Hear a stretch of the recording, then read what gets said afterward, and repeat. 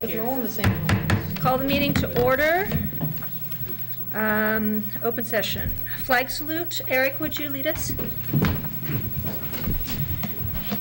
I pledge allegiance to the flag of the United States of America and to the republic for which it stands, one nation, under God, indivisible, with liberty and justice for all.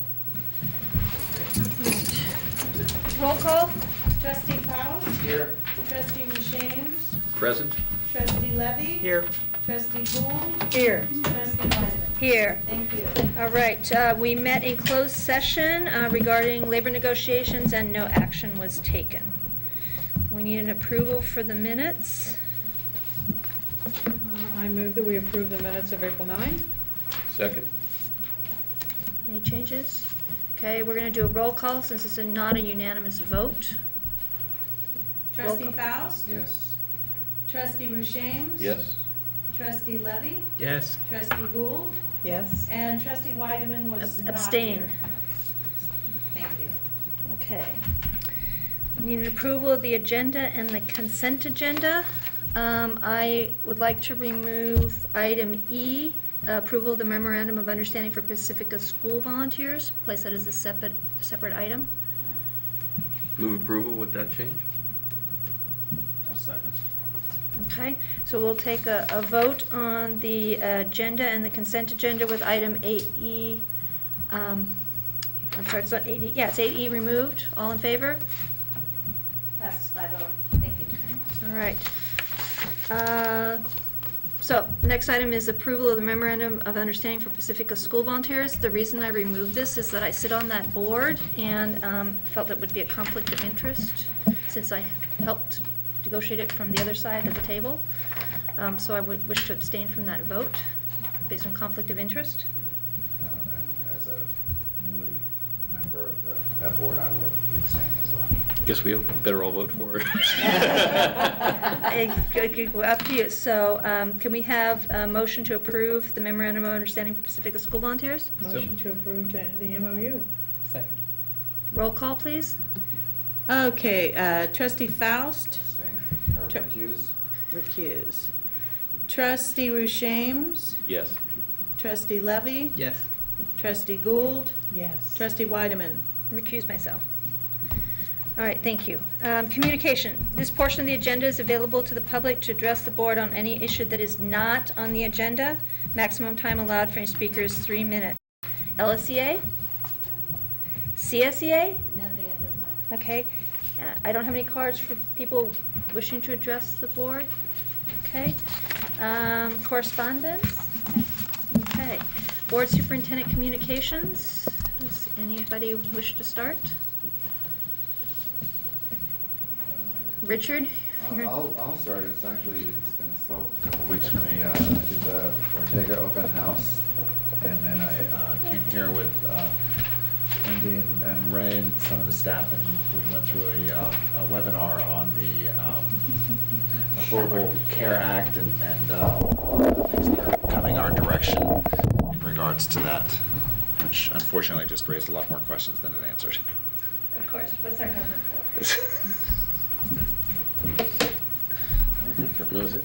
Well, I guess I did have a few. I had been a member of the School Safety Task Force on the part of the Beyond Newtown project that's been underway for the last year. So I've been part of the law enforcement task force. And just to skip ahead, I visited the superintendent and the associate superintendent to the summit on May 5th down at College of San Mateo, which was a follow-up to last year's. And a tremendous amount of progress has been made, and the County Board of Supervisors has put quite a bit of Measure A money towards it, like $10 million. We've actually benefited that from some support for counseling that's at Sunset Ridge now. And it's very encouraging that we're going to have a uniform response plan to emergencies that will be uniform through every law enforcement agency in the county and every school district in the county. So everybody will be using the same terminology, the same response, and it's quite a bit of progress. Also a huge effort towards identifying kids at risk to get them services before it's a crisis. And then the last piece is a the lawyers are working on ways to allow agencies to communicate with one another. So that's pretty exciting stuff. Also went to the EcoFest Earth Day celebration with, I know Joan was slinging hamburgers. Chili, homemade chili. Pardon me. Superintendent was there as well, and I saw our special projects director as well. She seemed to be having more fun than working, so she's ignoring me, which is probably fine. I went to the North County Prevention Partnership, had a town hall meeting at Ceremony Del Rey on underage drinking. That was quite well attended. David Mineta, who's a former JSUSD board member, now a federal government, he must have a 2-page business card because he has the longest title I have ever seen of anybody. So that was well attended, and unfortunately a problem that underage drinking, it's not just the high schools, and it's something we should be getting some information. In fact, I just got it, I haven't forwarded along. The social host ordinance that the city's enacted, where parents are held civilly liable if they host a party in their house. So that's a real good tool, and I think we need to help get that word out into the community. Yeah, that's being sent out by the high schools. Right, right, but unfortunately, I think we need to do it too. Went to represent a collaborative meeting, which I do every month. I went to the PEF patron party with several board members, and then I mentioned this already. That's it. So Matt. In addition to some of the stuff that's been mentioned before, I attended the meeting with the PTOs and PAF to discuss the outcomes of our work study back in March, and hopefully had some agreements to move forward. And the PEF patron event, I also participated in Silicon Valley Gives Day, where Pacifica school volunteers and PEF raised massive amounts of money. It was a really amazing event where a lot of local foundations agreed to match donations to local community foundations. And so since both PEF and PSV participated, they got some matching funds from outside the city, which was really nice. If I could, I got an email while we were in the meeting, and it says that in 24 hours, the Silicon Valley raised a total of $7.9 million for 900 different groups. So it's pretty impressive. Very well. And they did matching for all of them. It wasn't all Not matching. all. Matching rules were extremely complicated. There were matching funds that were available at the beginning of each hour that disappeared in like a minute, and then there were also funds available. There were some funds that were available for the most number of donations regardless of size, and then there were some random donations just got extra money thrown at them. It was very complicated, but we got some. I'm pretty sure everybody got some somewhere. Okay, Good. Let's see, I went to the Sunset Ridge open house, always a great experience. Read aloud at Sunset Ridge. I got to read a story to the 5th graders, and that was nice, and ended up picking a book called Chains and reading just the first part of that book, maybe the first page of that book with the students, and was very impressed with the students about how they took on a book and were able to make predictions. And yeah, I'm a math teacher, so I don't really know how to read a book to a classroom. So that was a good experience for me, and hopefully it was a good experience for them. And then Joan and I went to Jerry Hill's birthday party. That was very nice, and got pizza. And so good to go celebrate with Jerry Hill, and we will be back celebrating with Jerry Hill on Friday for the BMAD activities that Matt and I will be doing, and we attended the BMAD Board Member Action Day. There we go. Webinar. Watch that, so we knew what we were going to go and talk to Jerry Hill and Kevin Mullen. Yeah. And my daughter replaced Ellie as principal at Sunset Ridge one day, so I went to witness that, and she did a really good job. There were no fires, and she had to do yard duty, so that's good for a 3rd grader to have to do yard duty.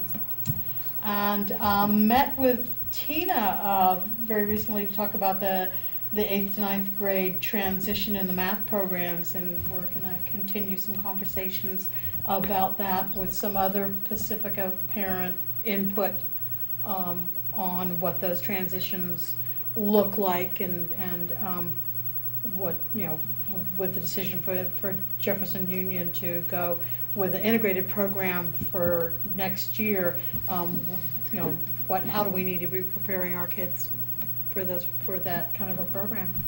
And so that was busy.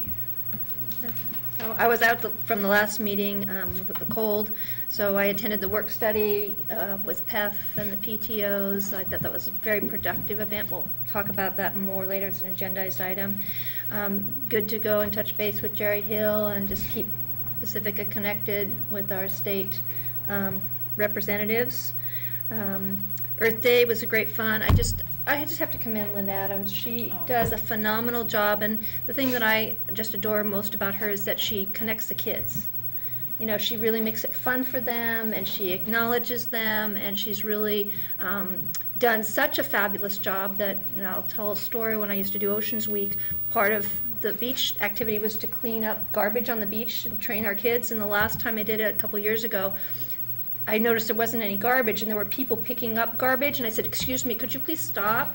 I said, "If you pick it all up, I have nothing to teach my kids with." And I thought, is that a great testament to our community that we do such a good job on an ongoing basis? And a lot of that's attributed to her and the connections she makes. So I think it's always great to support those events. I did attend the PEF patron party as well. For those of you who missed it, the slam poets were phenomenal as usual. Just great kids, and Mike Taylor does a fabulous job with that. And I did get a chance to go to the IBL open house and have the principal tour around, see a lot of people I hadn't seen in a while. I forget, those kids are growing up fast. Yeah, I know. I think. And then also on the Pacifica School Volunteers front, we did hire a new executive director, Kathy Abel. And she's started, and Christine Thorstensen is going to help us with the transition, but we have a lot of new exciting things that we're looking at for Pacifica School Volunteers, so that is a nice thing. And we have a Pacifica School Volunteer appreciation event coming up. I haven't got it marked in my calendar, but everyone is welcome to attend. Pacifica School Volunteer is going to acknowledge all of the volunteers that have supported and helped in our schools. Wednesday, May 21st. Okay. 2 p.m. 2 p.m. at Sunset Ridge. So. We work together as a I keep track of those least afternoon things because I'm usually teaching kids at the time. So, so, Wendy? So, attending all of those wonderful events as well. In addition, I did have the opportunity to go to the Pacifican Cares event Saturday evening. And again, that's a wonderful opportunity for us to fundraise and raise funds for a great organization, Pacifican Cares, that really supports our community members. The other event that I did attend as well with Jerry Hill did not give us pizza, but it was a wonderful summit. And that was, he talked about the LCFF and how that is working in Sacramento. We're looking forward to the governor's May revise, which will give us a clear indication about our budget for next year.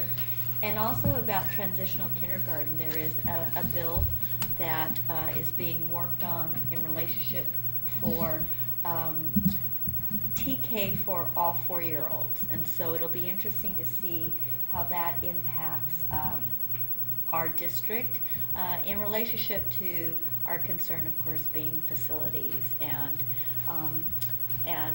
some of those students who are currently at preschool age living in under a different program, which is preschool. And so how we're going to make those connections is going to be a very tricky process. So Jerry was very open to listening, and hopefully he'll be able to take that information back and work with the legislators as well. And again, I have to commend all of the teachers, everyone. You know, we're at that end of the school year, getting our assessments done, SBAC, field test, the test of the test, so to speak. Everyone has done just a stellar job, and the principals, in making sure that we get through these tests. And at the same time, we are gearing up for our institutes for our Common Core training. And so it's been a big transition year for us. It will continue to be a transition time, especially through next year. And again, I just have to commend all of our schools and how we're just embracing this whole process to ensure that we are providing the best educational opportunity for our students. So with that, that's it. Okay. All right, so first order of business is a presentation, the North Coast County Water District, Water Conservation. And so it's my pleasure to introduce Joshua Cosgrove, who is the director, and Stephanie Dalton, management analyst for the North Coast County Water District. It's been wonderful working with him and the organization or department. They've been able to join us with the joint articulation meeting, and so it's been a great positive opportunity to coordinate and talk. And so we had this opportunity to ask them to come and provide some guidance to us in relationship, especially to the situation with the water drought and with the drought. And so with that, Joshua. Thank you. Thank you very much, Board of Trustees, Board President Weideman, Superintendent Tuckliff, staff, members of the public. Thank you very much for inviting us here today. I have to tell you, I am a proud graduate of the Pacifica Public School System, and so is my wife, and my 2 children are members right now. So thank you very much for all the hard work you do, and I am very happy to be here. I noticed that you're going to give me about 10 minutes to speak or so. I have a tendency to talk a whole lot, so please feel free to rush me along if I take too much time. But I am here to talk about, well, this presentation is sort of structured this way. I'm going to discuss a little bit about North Coast County Water District. I'm going to talk a little bit about the drought, the situation we're in as far as the drought.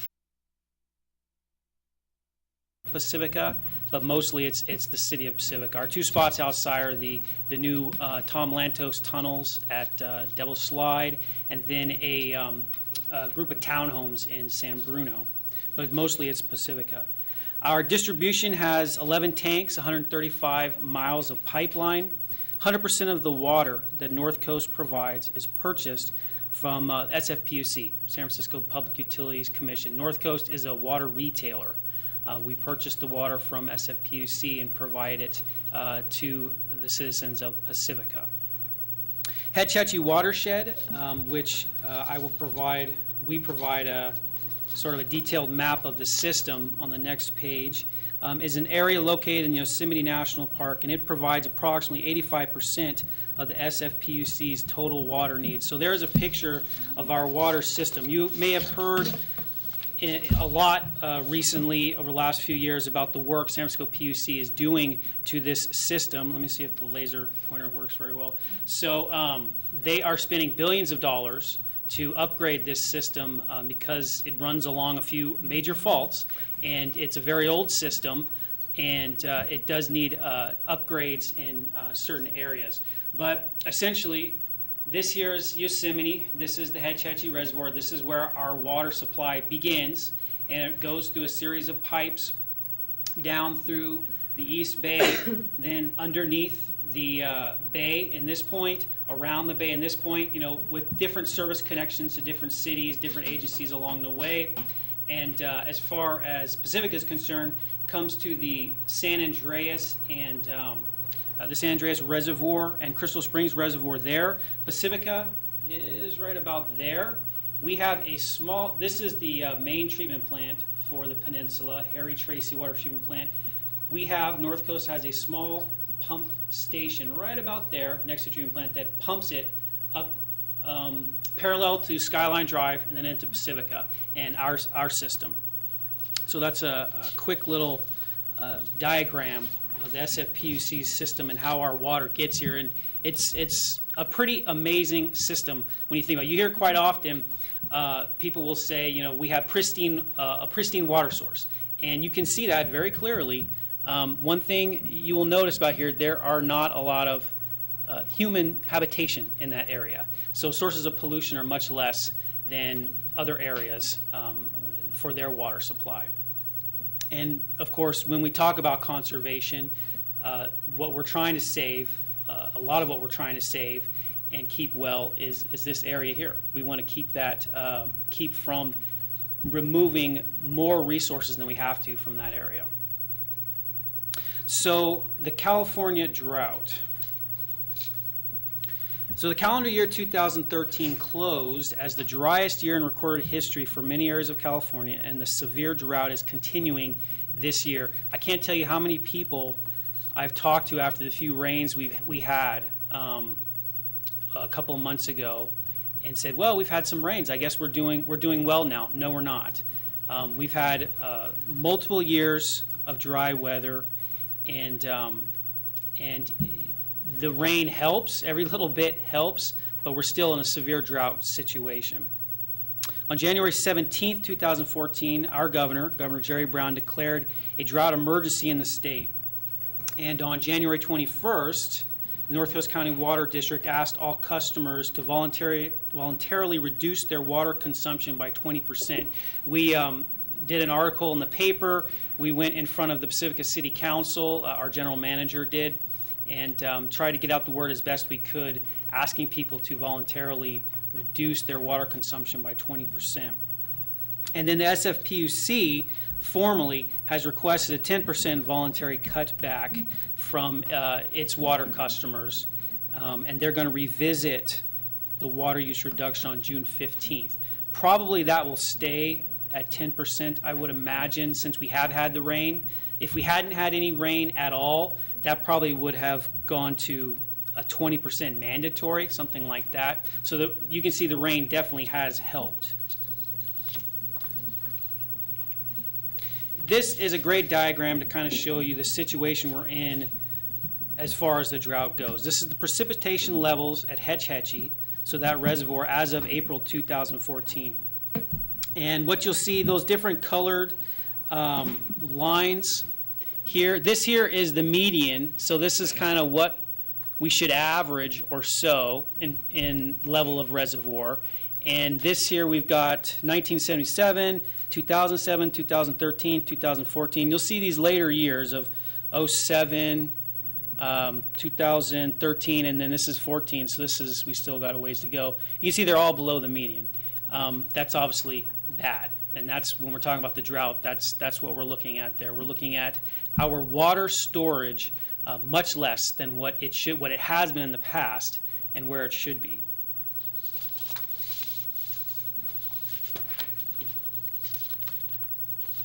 So a little bit about North Coast customer consumption. This is probably a very difficult diagram to sort of see from where you're at, but the important takeaway of this, we asked customers of Pacifica to reduce their water usage by about 20%. Unfortunately, they have not been able to. These are the numbers right here. I'll just read them out. Latest numbers in 2014, all higher than last year. Every number higher than last year, other than April. April was lower than last year. So unfortunately, Pacificans have not been able to cut back 20%. Now, I do want to say this, though, because, and I try to say this as much as I can, Pacificans just in general are very good at water conservation.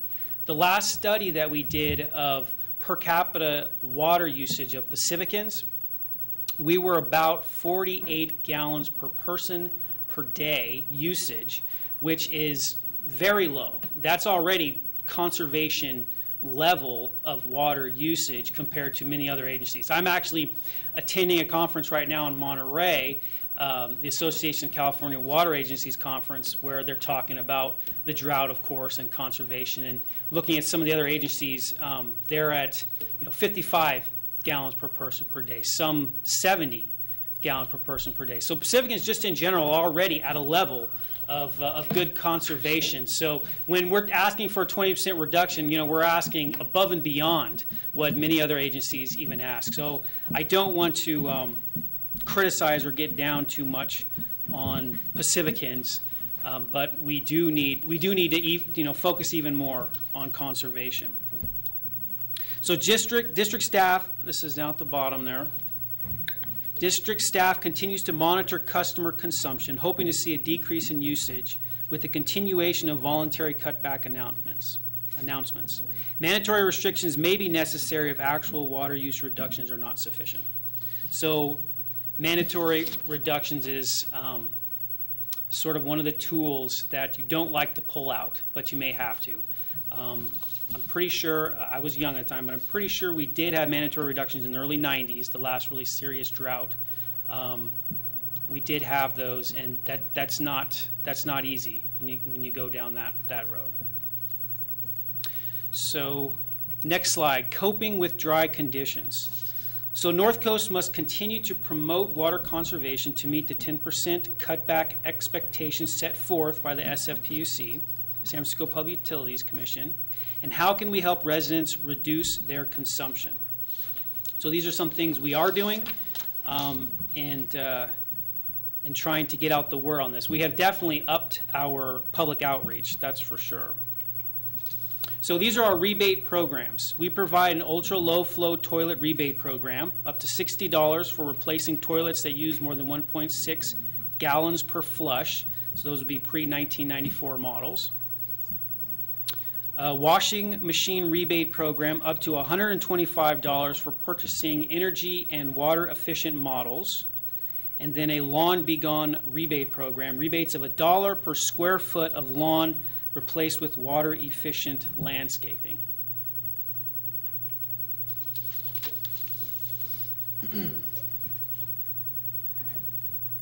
So free water saving devices. So these are some pictures of some of the things we offer to try to help individuals save water. NCCWD offers free water saving tools such as low flow faucet aerators, leak detection tablets, low flow shower heads, automatic shut-off hose nozzles, shower timers, sprinkler gauges, and plumbing handbooks. And we did bring some of this with us today in a nice little NCCWD canvas bag as well that we plan on handing out. How many did we bring, Stephanie? We have 8, but I can make more. We have 8, so we'll definitely get that to each of you. Unfortunately, we won't be able to get it to everybody, but they're free at the Water District, so please come by if you don't get one tonight. Water audits. So this is something North Coast does. Water audits check for leaks and inefficiencies on customers' properties. While water audits have been part of the district's daily operations for years, new programs have emerged in light of the drought. So again, we're trying to up our game because of the drought. The district's top 20 highest users, both residential and commercial, have been contacted, and many have received in-depth audits. So we looked at the top water users in Pacifica, and we're reaching out to them, trying to talk with them about ways to reduce their water usage to conserve a little bit more. Large landscapes, such as the fields of Valimar and Cabrillo schools, have received in-depth audits and recommendations on irrigation use. And many restaurants, hotels, and grocery stores have been given free pre-rinse spray nozzles for kitchen use, as well as in-depth water audits. So this is something we do. Water audits quite often is something that we need Pacificans to come to us and request that from us. If anybody feels like they could use a water audit or have a suggestion on somewhere that needs a water audit, please let us know. We are more than happy to come out and do that and try to look for any kind of water savings we can.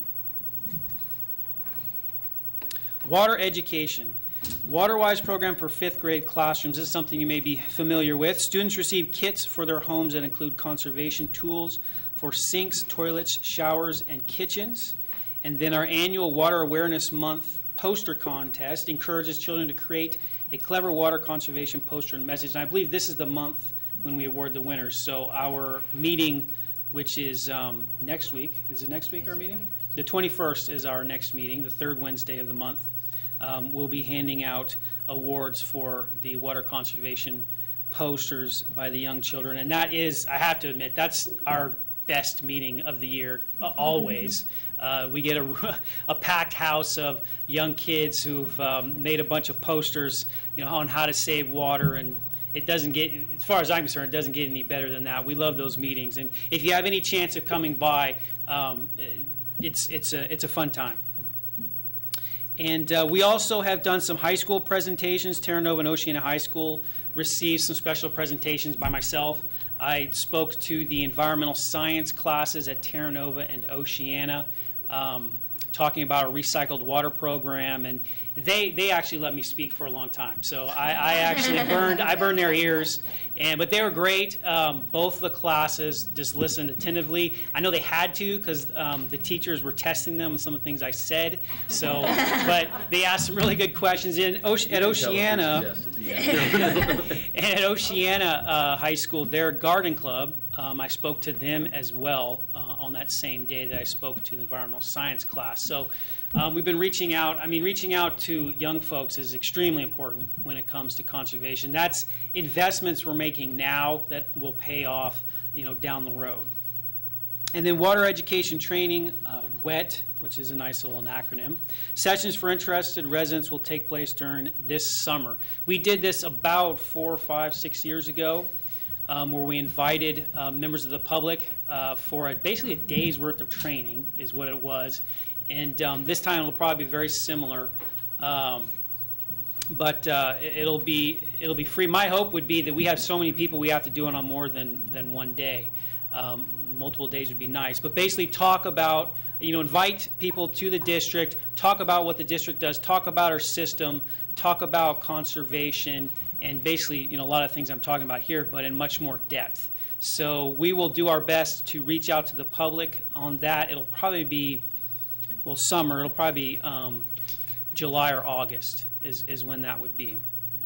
And so that will be a great opportunity for members of the public to get some really good knowledge of one of the things, I'm on the board of directors for North Coast, have been since 2004. My actual job, I work for the city of Pacifica at the water recycling plant down the way, and have done that, have worked for the city for 20 years now.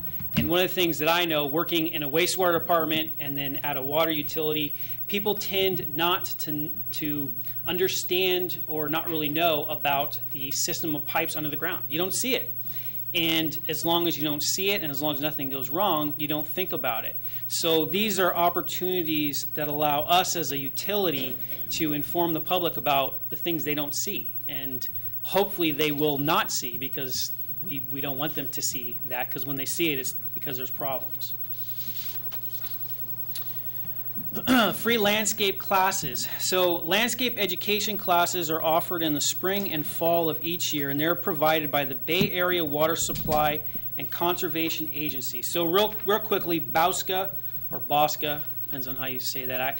Don't we love acronyms? We government agencies. Yes, we do. Gosh, we just love acronyms. So these are basically it's like 20, I think it's 26 water agencies that purchase water from the San Francisco PUC. They formed BOSCA basically as a negotiating tool to basically negotiate our contracts, our water contract with SFPUC. It gives us more power, obviously, when we pool together, and also really to keep an eye on SFPUC to make sure that they are taking the money that we're giving them and investing that back into repairing their system. So they offer some free landscape classes, and these classes are designed to introduce homeowners, commercial property managers, landscape service providers, and others to the concepts of water-efficient, sustainable landscaping. They have a website. Please feel free to contact North Coast if you would like to take part in that. We'll help facilitate that. But that's one of the things that they do. Recycled water program, I could talk about this for an hour, but I won't. But we do have a recycled water project that was constructed in 2012, went online in 2012, and not fully online. We're not fully online yet, unfortunately, but we're getting there. But the recycled water program, basically the water that's produced at the Clare Creek Water Recycling Plant is pumped to a storage tank up on the hill, Gypsy Hill, right next to Sharp Park Road, and from there by gravity flows down to the Sharp Park Golf Course, Oceana High School, Inger B. Lacey Middle School, Fairway Ball Fields, and then parts of Highway 1. Inger B. Lacey, Fairway Ball Fields, they're online. Sharp Park Golf Course, we're hopeful that part of the golf course will be online this summer. It wouldn't be the whole golf course, it would be basically just the back holes that are on the east of Highway 1. There's a lot of work that needs to be done in the golf course itself to upgrade, to retrofit their system to take recycled water. And that's owned by the city and county of San Francisco, and you can imagine how difficult it is to get them to do certain things. And Oceana High School is very close, from what I hear, to serving. They had to do some retrofits there as well. And an estimated 50 million gallons of potable water to be saved each year through this project. I am really hopeful that at some point this will expand. We have certain plans over the near-term future, if you will, to try to serve other areas of Pacifica. And it's going to take a lot of work to make that happen, and investment. But Clara Creek produces 2 to 3 million gallons of recycled water every day. This system would use less than a third of that, a quarter of that, maybe at the most. So there's a lot of room to continue to use recycled water, especially at the big landscape areas such as schools that need the water to irrigate their lands. Saving water in schools, current and future programs for schools. She's not drinking recycled water, by the way. Saving water in schools, outdoor water audits. Water audits performed at Valleymar and Cabrillo schools last month revealed no significant leaks or inefficiencies with the irrigation systems. Some recommendations from North Coast staff. Mowing grass to a height of 2 to 3 inches. Taller grass shades the roots and soil surface, which helps reduce the amount of water that is lost to evaporation. Water during the cool part of the day to minimize water loss to evaporation. Early morning hours are best, 4 a.m. to 8 a.m. And about 1 inch of water per week, including precipitation, is adequate for maintaining a healthy lawn. So these are some best management practices for irrigation systems. Saving water in schools, indoor water savings, a school retrofit program that will provide schools with rebates, grants to replace fixtures, is one of the programs being evaluated as part of the BAUSCA Demand and Conservation Projections project. Depending on the study results, a retrofit program may be a possibility for the 15-16 school year. Until a retrofit program is available, water use in schools can be reduced by teaching good water-saving habits to students. Saving water in schools. Each year, WaterWise kits are distributed to 5th grade classrooms in Pacifica. Water conservation curriculum provided and easily implemented by teachers, so we have a lot of material available that we try to make available and can make available if asked. Students bring kits home to install water-saving devices with their families. Again, this type of work, this is an investment that we're making with our young folks. And that will pay off in the years to come. And you see some of the typical parts of that WaterWise kit, which is kind of stuff that I've already mentioned before: shower heads, kitchen aerators, bathroom aerators, things to save water. Saving waters in school continued. May is Drinking Water Awareness Month. Many students in K-5 classrooms are participating in the district's annual poster contest, which is what I mentioned before. This is you see the 2011-2012 water awareness calendar right there. So that's kind of an idea of what we put together, what the kids put together. So I believe that's the end. That is the end. So I don't know if there are any questions. I thank you very much again for the time and for listening. Matt? I have 2 quick questions. One is, is there a one-pager on voluntary water restrictions that we could get and ask our PTOs to distribute, assuming they haven't already? Yeah, I haven't seen any. So sort of Just sort of a direction on things that can be done. Yeah, essentially like a flyer. I mean, all of our PTOs send out like a weekly thing to all of the parents, and so we could easily ask them to drop that in there. Yeah, of course. We can prepare something. Right here is probably the person that would be putting it together or directing someone to put it together. Yes, yeah. Yeah, we can make that available maybe by Friday. Okay, awesome. And the second question was, in terms of things that in the long term we might be able to do to reduce water use, is there any possibility that one day it would be possible to use gray water from the schools to water the school fields? That is certainly a possibility. Gray water is definitely growing in interest for obvious reasons with the drought.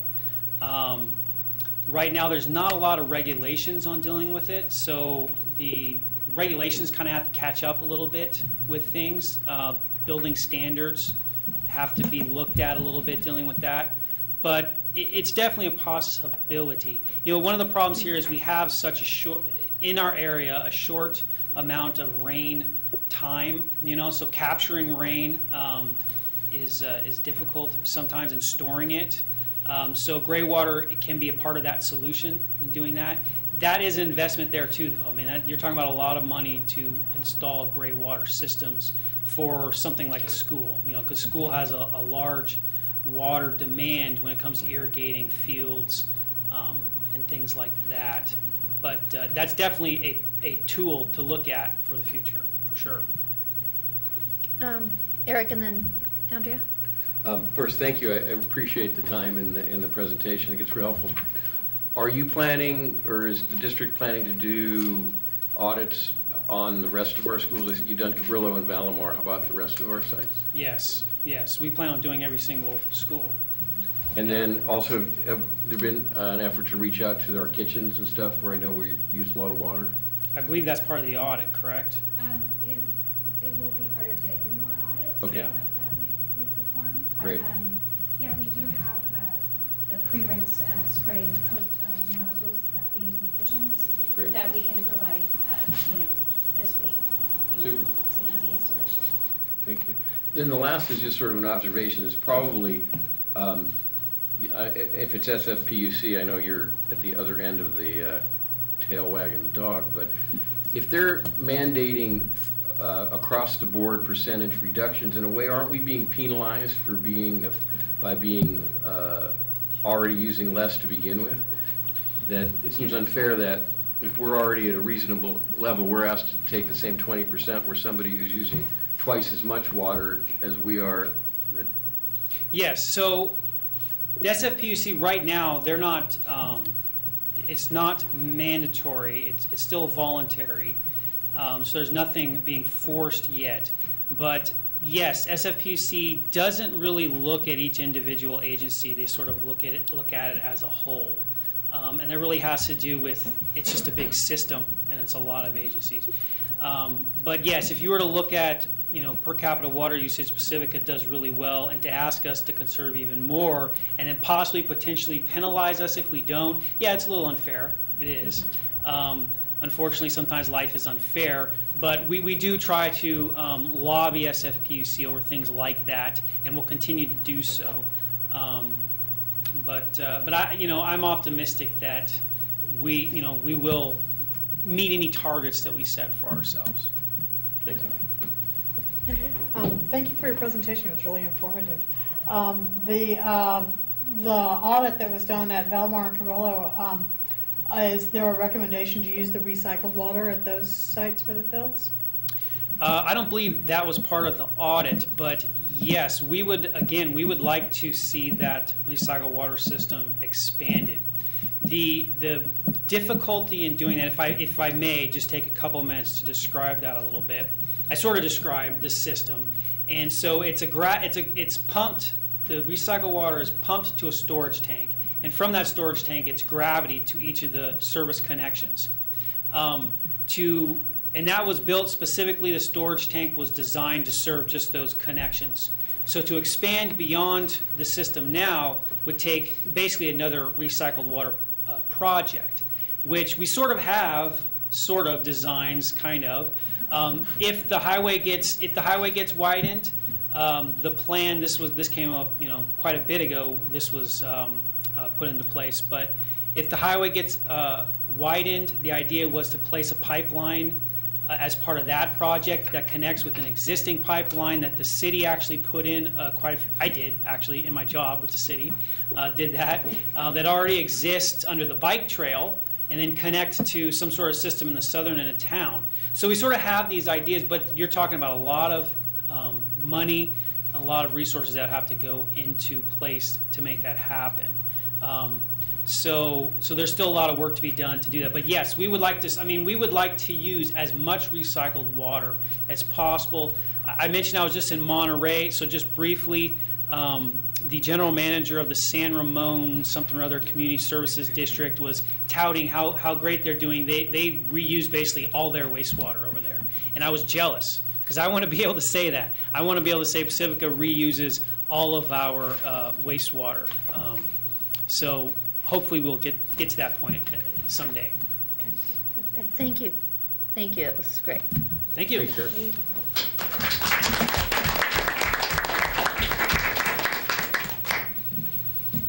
All right. So the next district business. Oh, thank you. Sorry, may I pass these out? Oh, yeah. Thank you.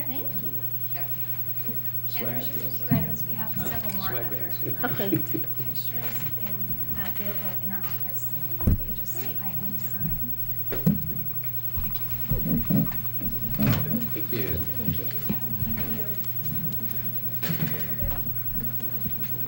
All right. So, our next order of business is resolutions of appreciation for retiring teachers and classified staff. So we're losing some good people. Wendy? So it's our honor tonight to acknowledge 3 retirees. Unfortunately, John Griffiths couldn't make it tonight, but in the audience, we do have Carol Stoddard and Naomi Izumazaki, both teachers currently at Cabrillo School, and they're here with their principal, Mr. Stafford, and we have LSCA in the house to also acknowledge these 2 great ladies who have taught in our district for many years, and I believe we have some resolutions for them. So, did you want to Yes. because the district, or do you want to introduce us as a group? Let's go ahead and read these resolutions. Yeah. Okay. It's not controversial. It's not like we're not, unless you're retired. I don't know. It depends how good they are. I always ask, what Oh, happens so if we if we vote no? against it, they can't retire? I don't know. There you go. They can't We didn't retire. tell us that Oh, before. sorry. Alrighty. Would someone like to read one of the resolutions? Eric or Carol?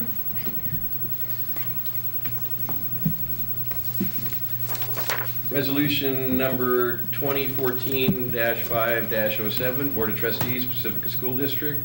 Carol Stoddard, be it resolved by the Board of Trustees of the Pacifica School District, County of San Mateo, State of California, that whereas Carol Stoddard has been a highly successful teacher in the Pacifica School District since 1998, and whereas Mrs. Stoddard has enriched the lives of countless numbers of students and their families teaching 2nd and 4th grades at Cabrillo Elementary School, and whereas Mrs. Stoddard has provided excellent support to her administrator, teachers, staff, and students, serving on the District Math Committee for 10 years, Standard-Based Report Cards Committee, and as a demonstration teacher for the initial implementation of the Writer's Workshop.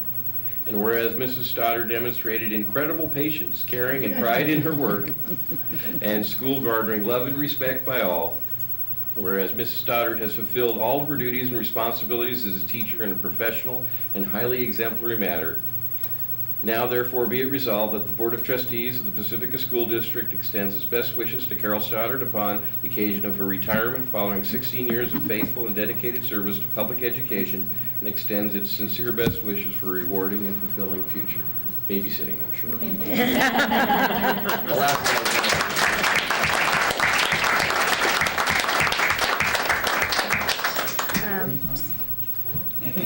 So I'm going to read the one for Naomi because she probably doesn't remember this. But I was a substitute teacher in her classroom long ago. And I remember it was one of my very first substitute jobs in kindergarten. And I came out and I went, wow, she's a fabulous teacher. Who is that I subbed for? And then they had to tell me 3 times how to pronounce your name correctly. So, Resolution 2014-507B, Board of Trustees, Pacifica School District, County of San Mateo, State of California. Naomi Zumazaki? Okay, they taught me well. Resolved by the Board of Trustees of Pacifica School District, County of San Mateo, State of California, that whereas Naomi began her years with then Laguna Salada School District as a student at Pacific Manor, Sharp Park, and Fairmont schools, and has been a highly successful teacher in the Pacifica School District since 1974. And whereas Ms. Zumazaki has enriched the lives of countless numbers of students and their families at Fairmont, Ortega, Westview, and Cabrillo Elementary Schools.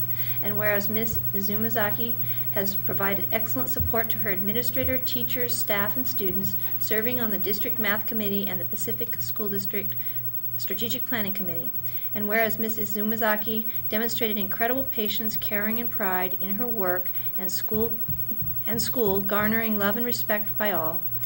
Whereas Naomi Zumazaki served not only as a teacher of students, but also a teacher of teachers, employed for 10 years with the Center for Innovation in Education, traveling to Japan and 27 states in the USA, coordinating and teaching reading and math seminars and workshops, as well as a Math Their Way instructor, teaching math workshops for teachers for grades K-2. And whereas Mrs. Zumazaki has fulfilled all of her duties and responsibilities as a teacher in a professional and highly exemplary manner, now therefore be it resolved that the Board of Trustees of Pacifica School District extends its best wishes to Naomi Zumazaki upon the occasion of her retirement following 40 years of faithful and dedicated service in the education, and extends its sincere best wishes for a rewarding and fulfilling future.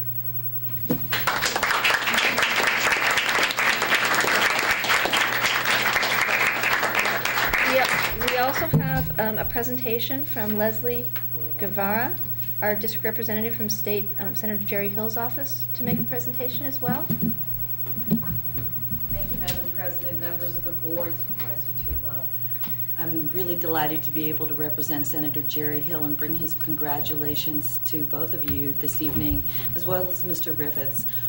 Whether you have spent 40 years in the education field, 30 of them devoted to Pacifica School District, making sure that students have a fantastic experience in their first year, or whether you spend 16 helping 4th graders negotiate that difficult time before they get to tweenerhood, or you spend 24 years faithfully taking care of the school district's facilities. All of you have shown exemplary devotion to Pacifica's students and its district.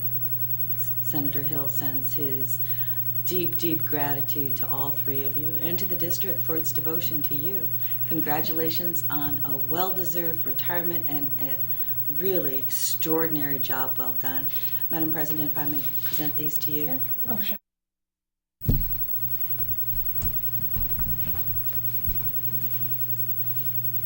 All right, and we also have resolutions from Congressman Jackie Spears' office and also from State Assembly Member Kevin Mullen's office as well. So we'd like to take the opportunity to thank you personally, so. I didn't know if they wanted to say a few words. I don't know if they want to say a few words. Okay. Do we have, Oh, I think we have to correct, I know the thing for Naomi is wrong, because it can't be 40 years, because I met Naomi at Ortega School when her first year when she was teaching with Bev Urquhart, and that can't be 40 years ago, so it's clearly a mistake. A typo that has to be fixed.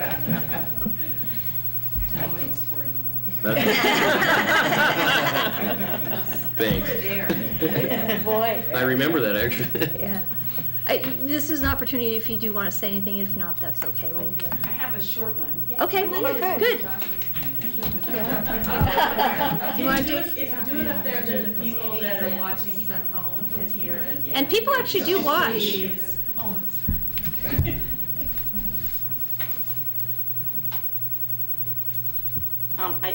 most of this was already in the proclamation, but I was thinking about circles, and I'm in Pacifica. I grew up in Pacifica, and I'm now living in my childhood home.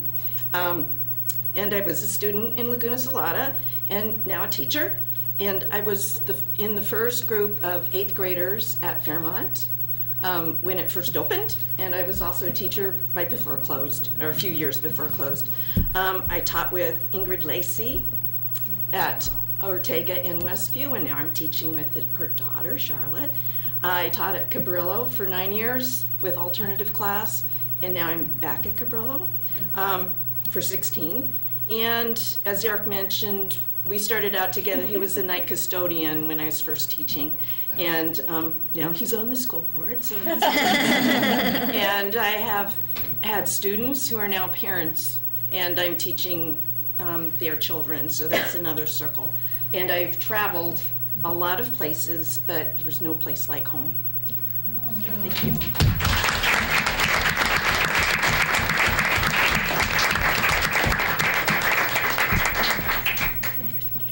Yep. No? Okay. Okay. Well, I think we have one official act to perform, and then we would like to give you your certificates and have a little celebration. We do need a motion to approve our resolutions. Move approval of all three. Of all three. All in favor? Passes 5-0. All right. So let's celebrate. There's cake. We want to take a picture. Oh, we have to do pictures. We want you two to get up there. No, sorry. No.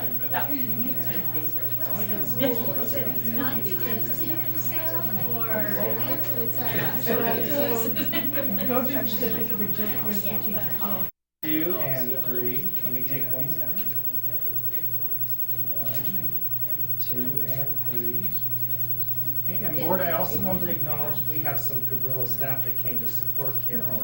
And Nan.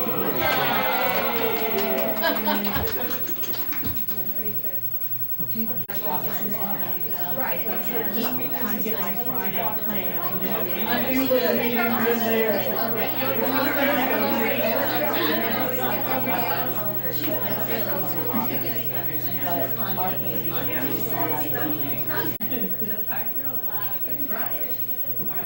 All right. Anyone in here to have cake? I don't know. Lena will like this. I can give Lena the timer. Oh, I need this. He's come back. He knows. There he is. Okay, Carol that's forgot good. her resolution. All right. And So. they were talking, kidnapping me to go drinking with them. Forgot. Oh, and you just said this was going to be way more fun to stay here, right? Yeah, that's exactly what I said. So Wendy had one announcement that she forgot to. And I wish there were other people, some people have already left, but I did want to announce about Sue Beckmeyer. She received the Golden Bear Award and will be receiving that award this weekend in Saratoga, Sunnyvale or Saratoga, something, yeah, at a picnic. And so we're so proud of her and all the hard work that she does for the organization and for our school district. And so wanted to say congratulations to Sue.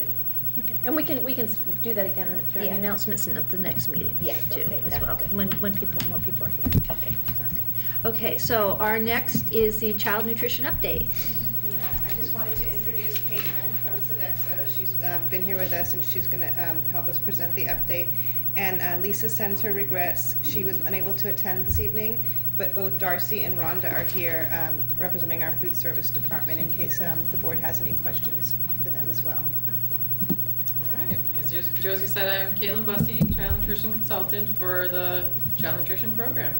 And I'll be doing the board update today. And we'll be talking about our accomplishments over the past year, some new nutritional guidelines that came out, our meal sales, chocolate milk, and Brisbane and Bayshore District, and looking forward on our program. So first of all, some of our accomplishments, we started serving breakfast at Lindemar over the summer for the ESY program. So that gives them a chance to get a snack with us and use their free reduced status, and also give us some extra revenue over the summer when we normally don't have too much going on. And we also have been sending out a weekly safety message to the employees, and that helps keep safety at top of mind, and reminds them about different topics, just to refresh your memories, because it's always good to get a reminder about safety. And then we started serving breakfast at Ortega from April of last year, and that's going well. We're serving about 60 students per day during their recess time, so that's going well. Let's see. And we're doing some staff professional development. We've sent some of our staff that do the a la carte sales to the new, to a training for the new a la carte guidelines. And then we've also done a fire extinguisher training, nutrition, civil rights, and serve safe training. And then we're also starting, last summer we started shutting down our refrigerators and freezers over the summer. And that's obviously a good energy savings for us because we don't use those refrigerators or freezers over those 2 months. So it's something that's a good practice to just shut those down and move whatever food is left to the district warehouse and just keep that one on. And it also helps cut down on inventory because the sites know that they have to keep their food low because they'll have to send it to the central warehouse. And then it also helps cut down on food loss in case one of the refrigerators over the summer goes out, because one always does, and then we lose that food, especially because no one's around to monitor those. And then also, it's the only time we can clean out the condensers, which get a lot of dust buildup, and it helps improve efficiency when we clean those out. So you only can clean those when they're shut down, so that's a good time to do that. And then we also are doing more barbecue lunch events, and the kids love it. You know, it's a special thing for them. They get a different menu options that day, and also increases our participation, so it's a win-win for everyone. There's a couple pictures of our salad bar. And we also did the Future Chefs event again this year. It's always a fun event to get the students interested in cooking and gets them really excited about it. And this year was healthy sandwich recipes. There's a few pictures. 7 finalists from around the district from grades 4 through 6 competed. And our first place winner, his recipe is actually on the menu tomorrow. So a lot of our district staff's gonna come in and sample that, so that's exciting. And I also just found out yesterday that his recipe is going to be featured on some of the Sodexo promotions that are coming out next year. He's one of 6 through the whole country, thousands of little chefs. So that's exciting, and he gets another prize on top of all the prizes he's already gotten. He gets a little panini press and cookbook, so that's really exciting. And then we got 6 new salad bars from a salad bar grant. And that was through a grant called Let's Move Salad Bars to Schools, in support of Michelle's Obama Let's Move campaign. And we already had salad bars, but these are nice and new and updated and really sturdy, and they look very nice. So that was nice to get those. And then there are new guidelines for food sold to students in schools. So that's anything outside of our meal program. So not the breakfast and lunch. It's a la carte sales and PTO sales. So anything that's sold to students by anyone. And they changed the meaning of sold to be order forms and bake sales, anything where the exchange is on school campus. And actually they just came out with a clarification today that the order forms are okay, but you just can't get the food, actual food until a half hour after school. So they made that clarification, which helps a lot. Is that like cookie dough sales? Yes. Oh dear. So you can still do those, as long as I get the food a half hour after. And before, it used to be you could get, you could serve uncompliant foods a half hour before school, but they made it just a half hour after now.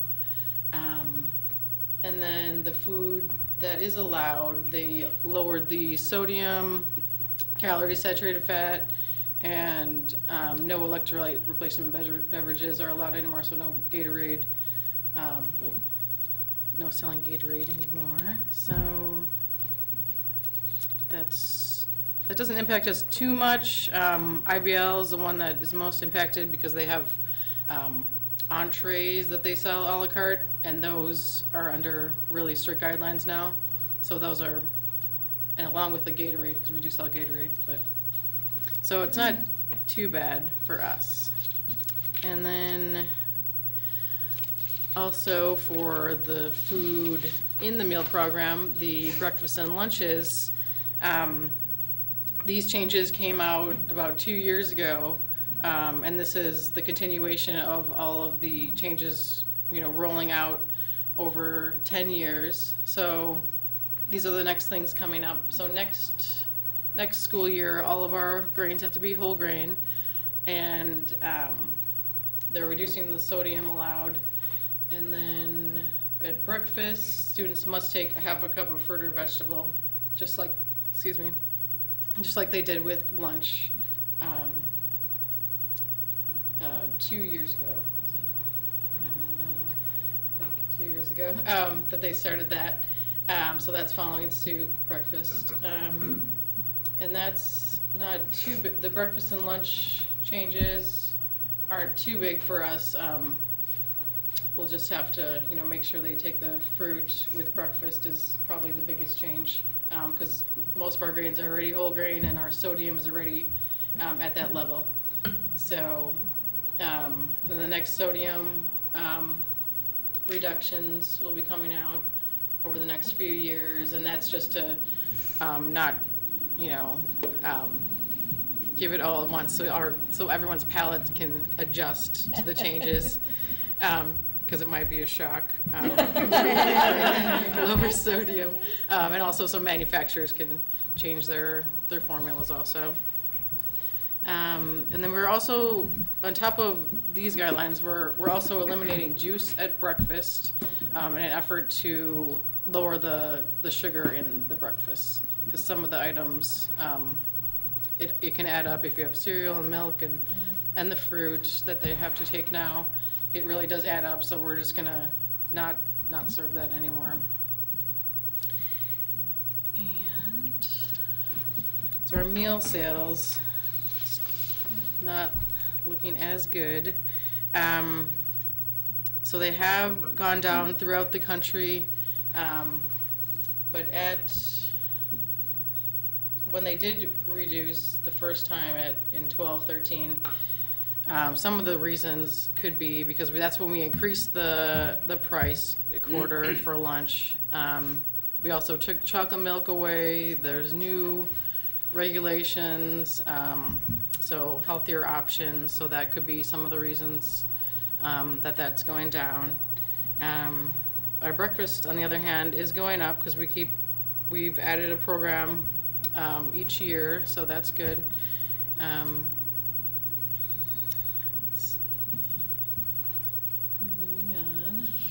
Chocolate milk, speaking of, I wanted to bring it up because a lot of people do ask me about it. It's still a topic that is, controversial, I guess. So I wanted to just bring it to your attention, the consumption difference when there is chocolate milk versus when there isn't, just to show how much it does drop, between 19 and 53% decrease on the non-chocolate milk days. So remember, we changed it to just serving it Monday. And we're wondering if we can do one more day, maybe Monday and Wednesday. So it's not, every day, but it's, they still get a little bit of a treat. And it is only 3 grams difference between the non-fat and the 1% white milk that they would choose instead of the non-fat chocolate. 3 grams of sugar difference? Oh, did I say fat? No, I Oh, yeah, said sugar. 3 grams difference. I didn't know sorry, what it yes, was. 3 grams of sugar, yeah. Okay. And then we just want to, we do offer water also. Some do drink the water, but we do want to make sure they stay hydrated. And, make sure they get those nutrients. So that is an option to do that. And then I wanted to bring up Brisbane and Bayshore districts. We don't talk about them too much, but we have been contracting them since 2001. We send them about 500 meals a day out of Cabrillo and Iggerby Lacey. Rhonda is one of our pack out ladies. So yeah, they've been a good partner with us. And looking forward on our program, we want to make sure we're included in the analysis of the Prop 39 needs, because we really could use, new refrigerators and freezers. They do go out from time to time, and they are pretty old, so I'm sure we could use new ones to be replaced with new energy efficient ones. And then also we're going to continue staff development on the new regulations and nutrition and best practices. And then we are going to start breakfast at Valimar next year. Has just been discussed before school. So we did start Ortega and Cabrillo during recess, but we decided that before school would work best for Valimar. So we're gonna pilot that next year, so that's exciting. And that's all I have. Anyone has any questions? Eric? On slide 10, PSD meal sales. Mm-hmm. Well, 2 questions. One, I'm not sure when you say by the thousands, is that 236,000? Mm-hmm. And 37,000 breakfasts. Yes. And then the 13-14 numbers were not through 13. Oh yeah, I'm sorry. That was August through March, taking into consideration the days. So it's the same time Yeah, frame for the yeah. others? Yeah. Okay.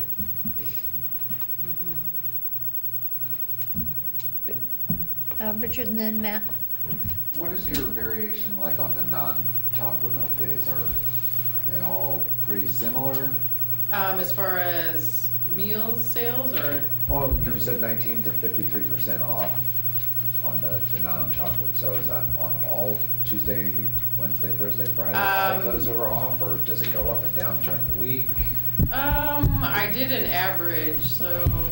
I'm trying to figure out, is there? Do you think, as I got it. To that, I know at Cabrillo, milk consumption goes up on Monday, it goes down. We'll serve between breakfast and lunch, we'll serve about 230 kids. And on white milk days, I'm lucky if 95 kids take milk.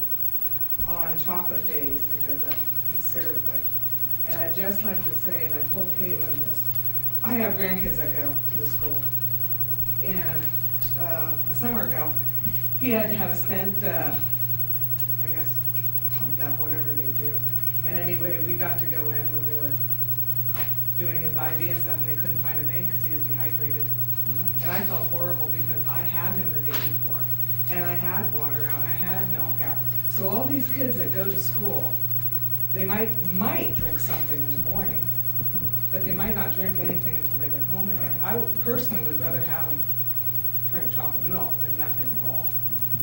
And I figure, and I'm not one, I like chocolate milk. I have it at home, kids have it at home. I read a article about a year or two ago, where it said, after a good workout, you go get a glass of chocolate milk so it brings the muscle mass back. So there's some good qualities to chocolate milk. And I really think the kids get excited about it, and they really look forward to the chocolate milk. They just leave the white milk. I mean, I notice a big difference in it. I'm trying to figure out, is the variation due just to chocolate milk, or is there other things that are going on as well? Like, do they have, pizza days, things like that, where it's going up and down, or is it consistently off? It's consistently off. I think you can ask any cook, and they'll know milk consumption goes up on chocolate milk days, and it really drops on non-chocolate milk days. Stuff. I mean, sometimes it's almost 100%. Yeah, I mean, sometimes I have because some kids that don't take anything. Yeah, and some will buy that didn't buy lunch, they'll just buy the chocolate. Yeah, there's a lot of things. Matt? So are we, because this is on the agenda, we're allowed to discuss chocolate milk, right? Yes, I mean, it's where it's child nutrition and it's in the Excellent. slides. We can talk chocolate. I don't really have a problem with the chocolate milk. I mean, as far as I'm concerned, we could put it back 5 days a week. I think that it's awesome that the federal government is instituting these new standards for the meals, and so the meals are getting healthier. As a whole, I don't know that we need to be holier than the Pope on this one. I mean, I think if they've made they've already reformulated the chocolate milk to make it way healthier than the chocolate milk that made people upset enough that they got rid of it. So I'd be okay with that. That would be the question. Are we purchasing the new formula? Oh, yeah. Mm-hmm. Yeah, before I think it was like a 13-gram difference or a 10-gram difference, so three is not it was much. 25, now it's. And we were concerned at the time, I think we were concerned if the new. Yeah, I'm not sure how long that was, yeah. So what is it?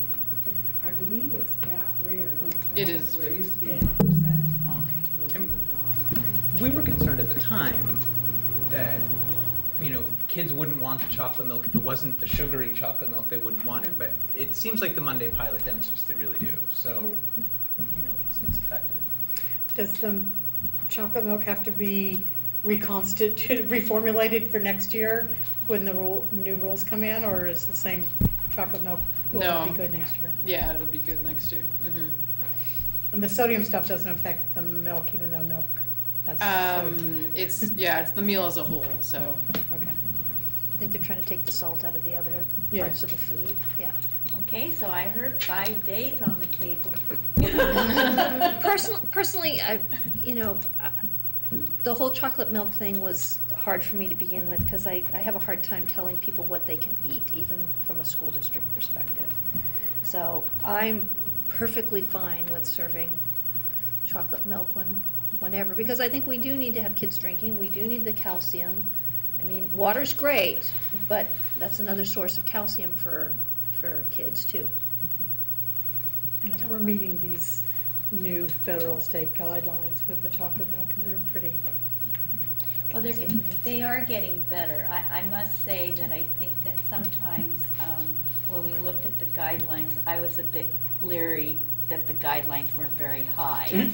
But however, I do feel that we are getting that push to really have more nutritional value. An example is the fact that we did go to wheat products a few years ago, and now the government has kind of caught up with us. So I really see that standard starting to rise as well. Yeah, Richard? Well, I think that I would be okay with moving ahead. I would ask, though, that maybe we agendize it for the next meeting so that people who did have a dog in that fight have an opportunity to voice their opinion. Sure. Okay. Well, what is the chocolate milk specifically, or? Yeah, and that was the one that got the people coming to the board. And if we're gonna put it back on, I think that they should have the opportunity to know that that is being discussed and to voice their opinion if they so choose. Okay, we'll have a chocolate milk. Can you bring big vats of it? Do we get cookies too? You can bring samples. Oh! Cold, they need to be good and cold. What a good marketing person. Okay, thank you, Caitlin, and thank you, ladies, for staying. Yeah. I know it's late on a work night. Okay, let's see. We're up to local control accountability plan. Okay, so LCAP update. And this is information discussion. Yeah. We'll get caught up. Okay.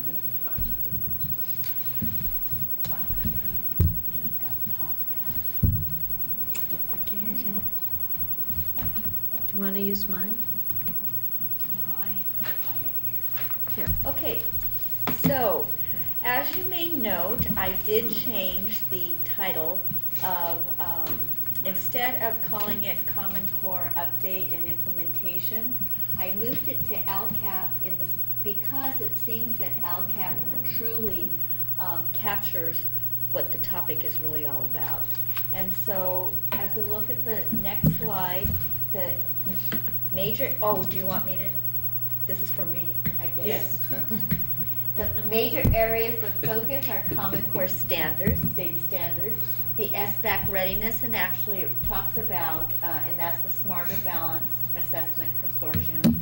And we really focus on our technology and other actions that we're doing to support not only SBAC, but also our implementation of 21st century learning opportunities. And then the fiscal piece, which is really the local control funding formula, the LCAP, which is the local control accountability plan that goes along with LCFF, and then the the Common Core State Standard Spending Plan. So an update as far as mathematics is concerned as we continue our professional learning opportunities. Some of our parents, there was a parent outreach in Menlo Park Atherton community with Joe Bowler as a speaker, and it was well attended. I believe a few of our parents went, as well as Siva Steele, our math specialist or coach, and I think that people came away. She had very good feedback about that presentation, to a point where we are considering for the North County Math Consortium if we can bring her and do a couple of parent community outreach type sessions for next year. We are focusing now on our professional development day.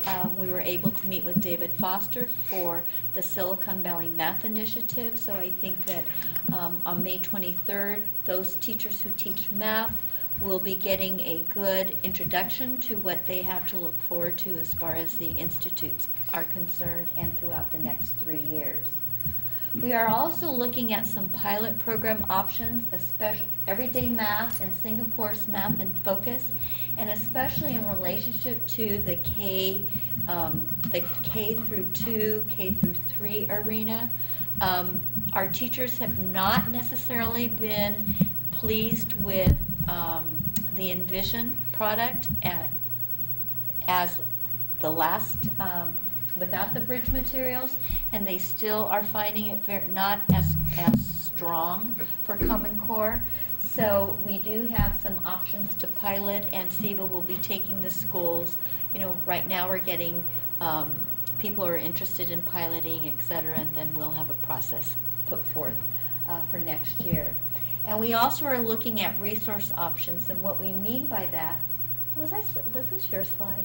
What we mean by that is as we develop our math units, there are some resources that we're finding to be very strong in alignment with the Common Core.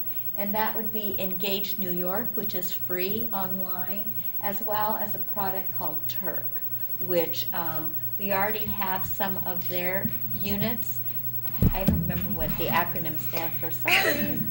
But I'll figure it out. Yeah, okay. Sorry. And but we have used it in the district, and we just want to bring that back and kind of see if that's something that could help us again shore up our units of study, or our math units. We are continuing to look at our mathematics pathway. Again, we adopted CPM for grade 6, so we will be coming forward in relationship to purchasing the materials for grades 6 through 8 for CPM Common Core state standards. Grade 8 transitioning to the high school. Again, they are moving to the international pathway, so it will be course 1 is that equivalent to the Algebra 1 and course 2 to geometry. They will, our students, however, for next year, those who are in Algebra 1 will move into geometry. Those who are ready will move into geometry. So they are, the district, Jefferson High School District, will focus first on course 1. Those students who are not quite ready for geometry will move into course 1. Again, we wanted to have multiple entry points for our students throughout the high school years. So our hope is if we give them a robust foundation from TK through 8, they will be ready to make those, meet those transition points and maybe accelerate throughout their high school years, depending on their readiness level. Steps to ensure success of our pathways. We are, again, in collaboration with the Jefferson High School District, and we are having conversations with the private high schools.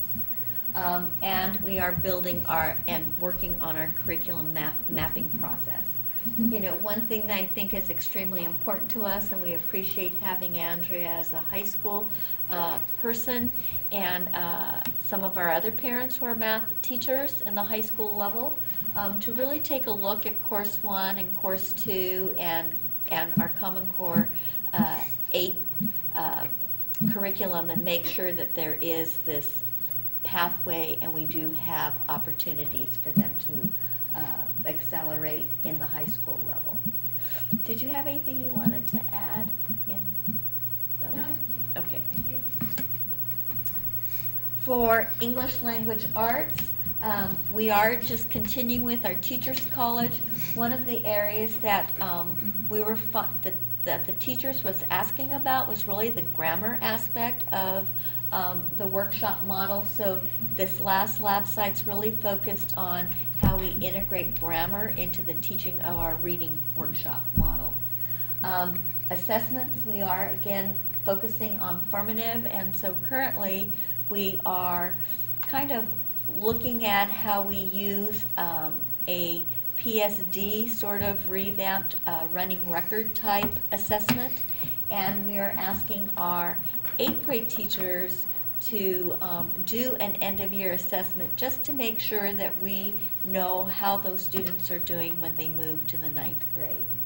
And again, we're hoping for the writing workshop units for grades 6 through 8 to be complete this spring so that we can either provide them for our May professional development so they could start taking a look at it, or it definitely will be used during the summer Writing Workshop Institute. Any questions about the Common Core implementation process?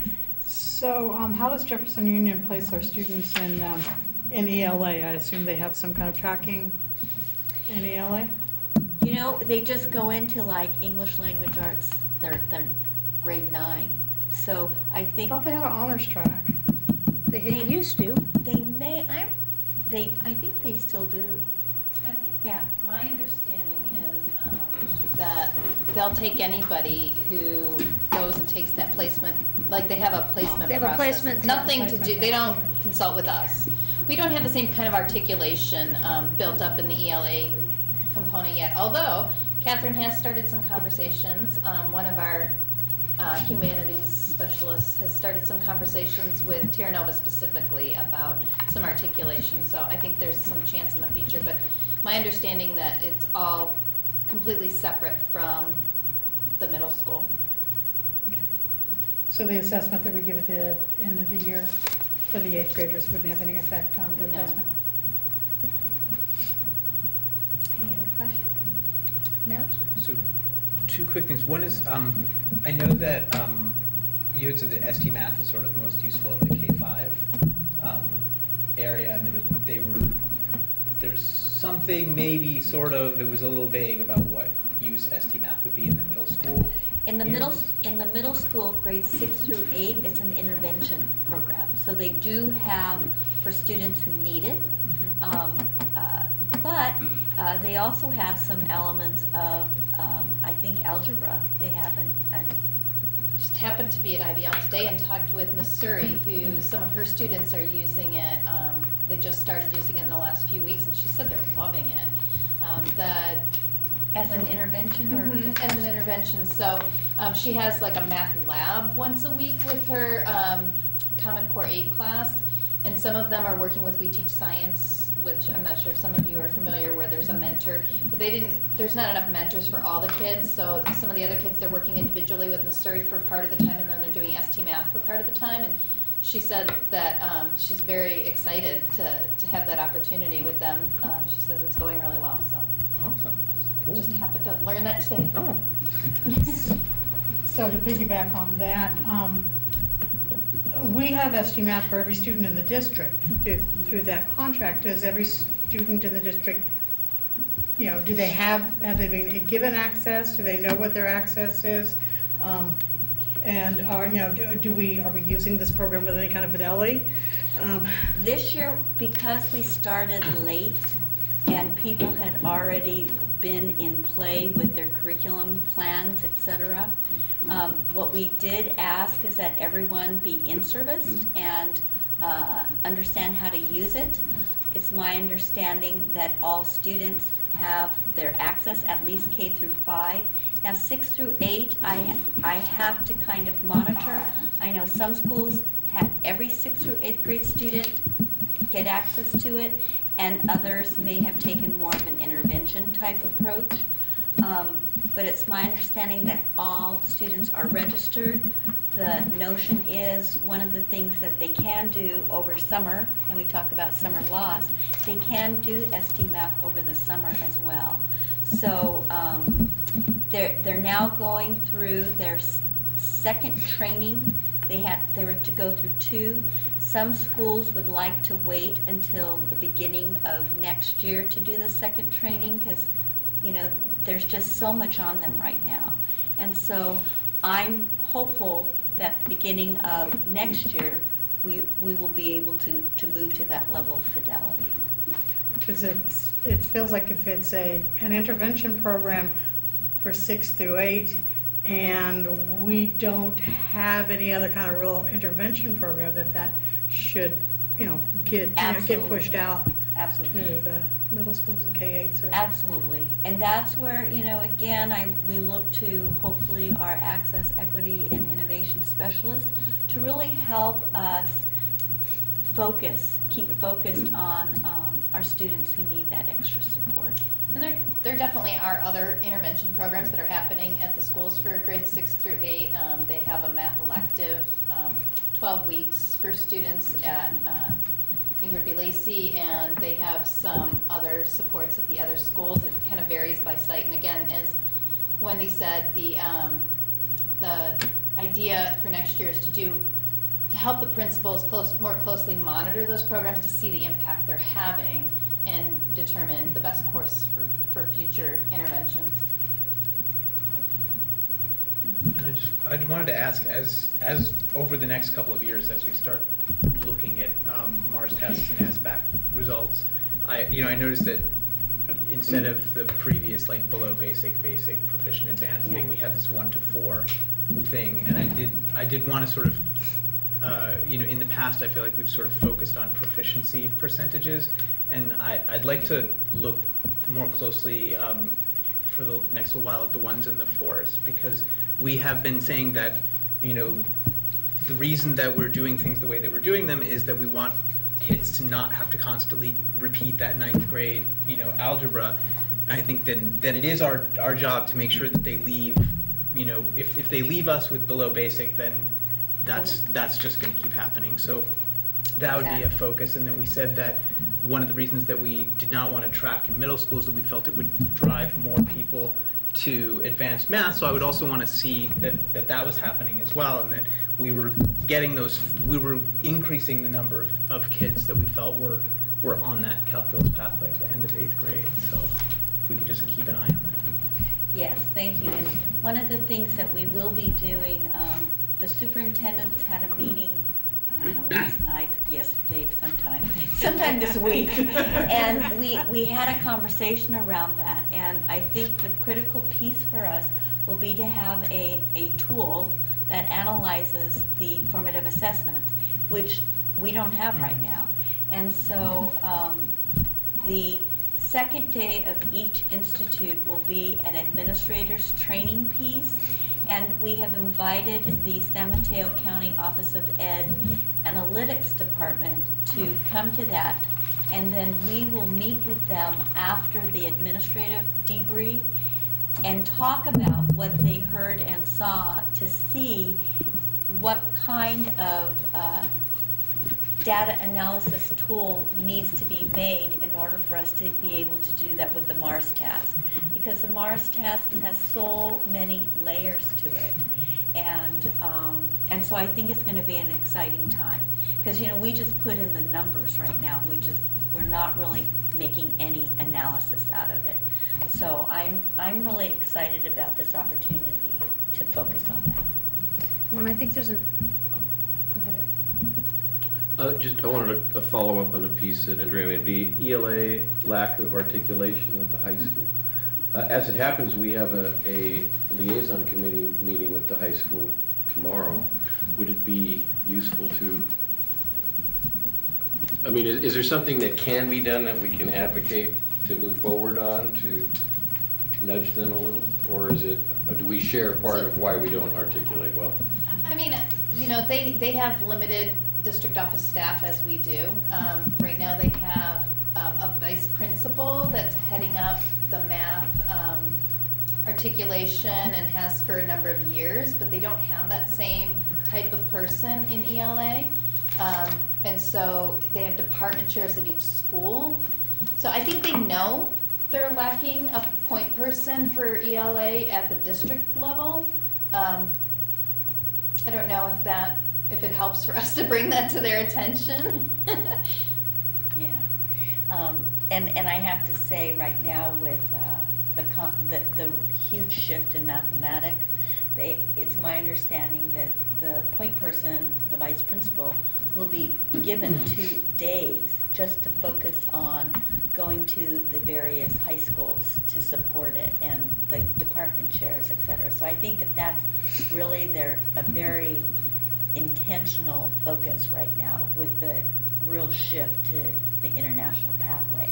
So it's something that we could talk about and bring up, but I don't know if they have enough room on their plate.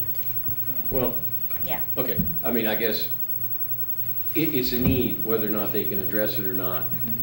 I mean, it was not harsh, that's their problem.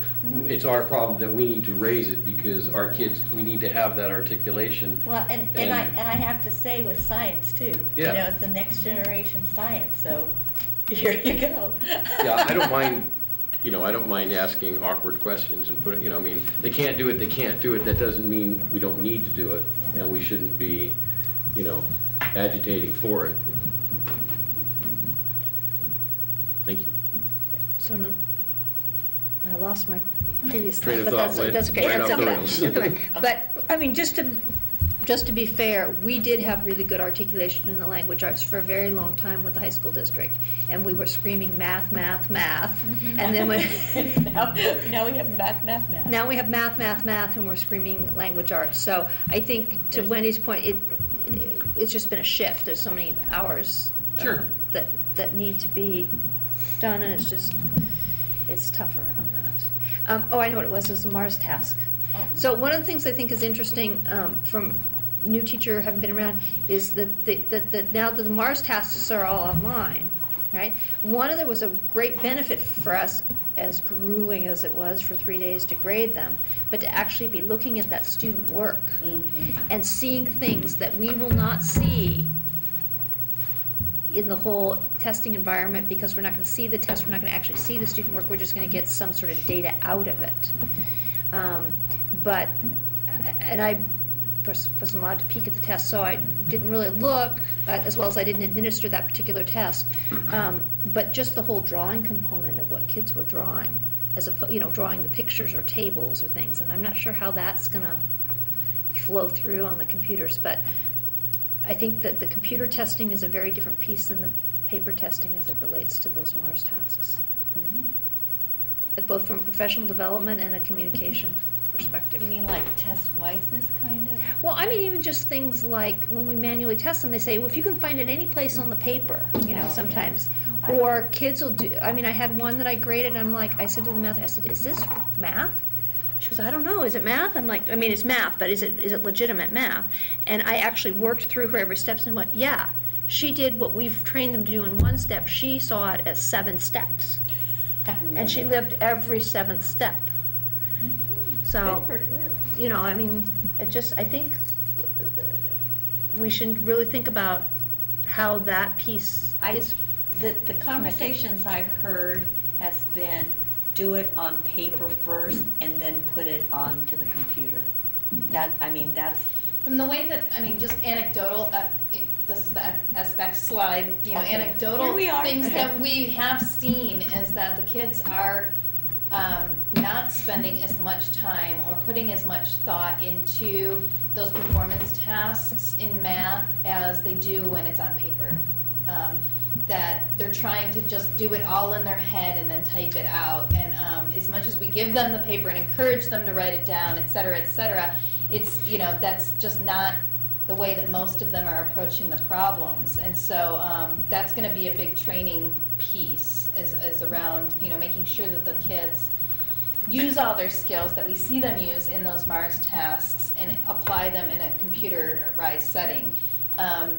And one thing that's going to be part of our math PD is integrating the Mars tasks throughout our units. And so maybe finding a way to have some of those be on the computer or something like that might be a good way to help our kids do that transition. Because the questions we were seeing were very similar to the Mars task, but the way kids were approaching them, we saw it very different, and which was a good learning for us. Yeah. So with that, SBAC readiness technology? Yeah, so all of our schools have begun the testing. Most of them have finished. The window ends not most of them have finished, I'm sorry, many of them have finished, maybe about half. The window ends May 16th.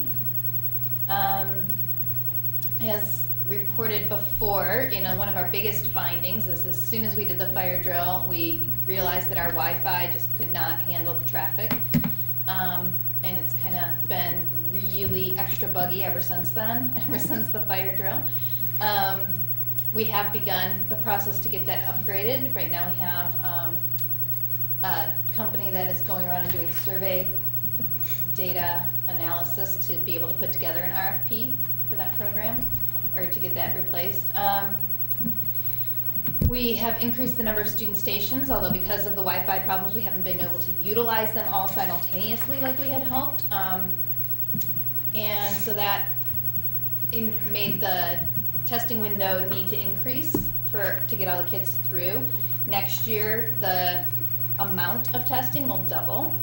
So depending on how many student devices we're able to get in the hands of students, we'll need to maybe increase the window in which they were testing. We were trying to keep the window to the previous window, which was like about 2 weeks, that schools would kind of focus on testing for 2 weeks, and then, that would be it. But the windows they give us are 6 weeks long for the SBAC, and we may need to start utilizing more of that.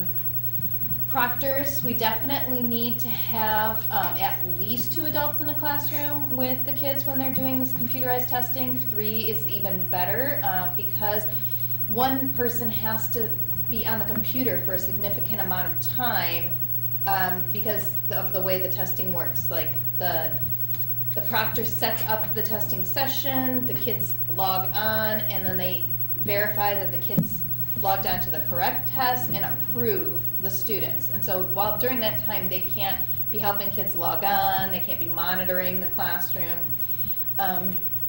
So we found having at least 2 people in the room was necessary, and if you had a third, then it went a lot more smoothly. This year we used a lot of classified staff to help with that, but we also did employ some subs and pay them to be there even though nobody was absent. I don't know. that's about it on that slide. Just- I know one of the things when I attended the after action meeting was that when we talk about the pencil and paper to do the work, that some of our, because we didn't think about this in configuring some of our workstations, there's no desk space for kids to use pencil and paper because there's a monitor and a keyboard and there's no place for, so.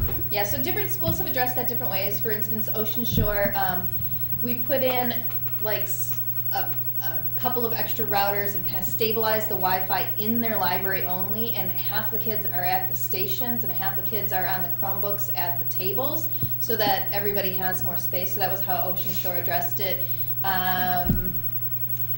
I can't remember which school. One school gave all the kids clipboards so that they can lean back a little bit and do their work that way. So each school has been looking at different ways to address that space issue. The other thing I forgot to mention is that the county came up with a survey, an after-test survey for the students and for the test proctors, and we have the links to that on our website so that kids can, right, when they're done testing, their proctors can direct them to that link and they can complete that survey. So we should get a lot of good results. And it's about that, you know, like what kind of areas of difficulty did you encounter? I guess my concern is that, well, first to the testing window, I would say absolutely use the 6 weeks. You know, I think 2 weeks was, you know, that was fine when it was a paper and pencil test, but I don't think we should be constrained to that. I guess I'm concerned about, I mean, maybe equity is the wrong word, but are we going to be, kids are going to be, a lot of kids are taking these tests in very different environments. You know, how fair is that? How applicable are the results when the environment that you're taking it is, in some cases, significantly different?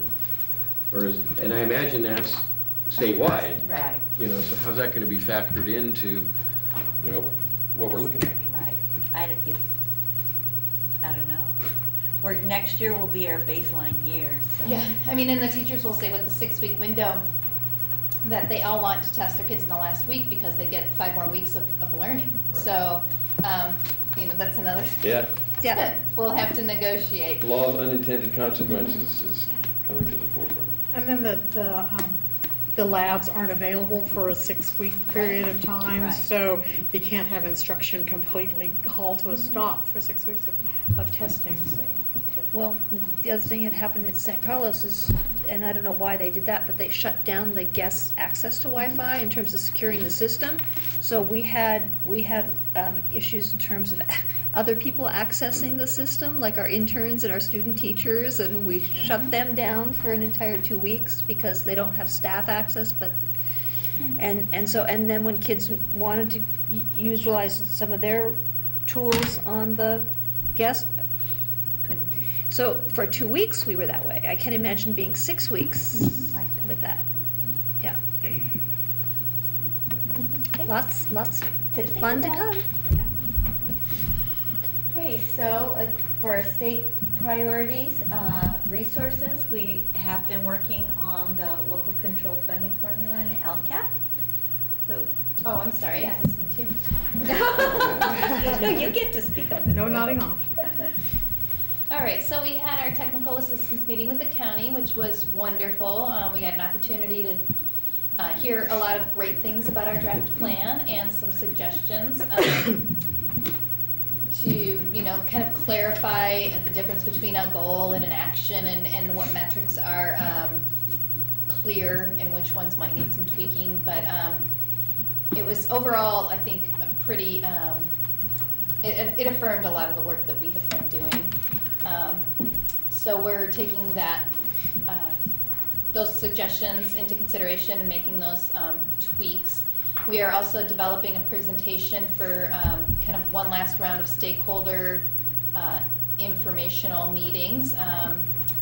So we'll be going to each school site to make a presentation at a staff meeting, and I'm brought to you tonight a recommendation for parent advisement groups that are necessary under the approval process. We'll talk more about that when that comes up. Okay. So one of the things that we talked about, I believe at our last meeting, was the notion of leveraging our resources and looking at possibilities of how we can expand the counseling services. And so I bring forward to you here the matrix of how we're going to go about doing that. And I think, Ray, were you going to? Mm-hmm. So we currently have 4.5 FTEs of psychology support in our district. By accessing funds through SELPA Mental Health, and these funds specifically go for students with IEP services, we're able to increase our psych services to 5 full-time psychologists in the district. Psychologists are very excited because they also like to do counseling, and they went and received their PPS credential, pupil services credential for counseling, as well as being a school psychologist. So with that being said, what you're looking at right now is for 14-15, allowing us to have one full-time psychologist and counselor at Ortega K-5. And then if you look down at Sunset Ridge, which is our other K-5, we will have a 60% psychologist 3 days a week, but that school also has a social worker through the Family Resource Center. And then when you look at our 3 K-8s with Cabrillo and Valamar, we're able to equitably give counseling services 50% of the week for each school with Robin Nadeau. And then the same school psychologist will serve Cabrillo and Valamar, and that's Jeannie Smith. 60% at Cabrillo. It has a little bit more need for special ed support, and 40% at Valamar. Okay.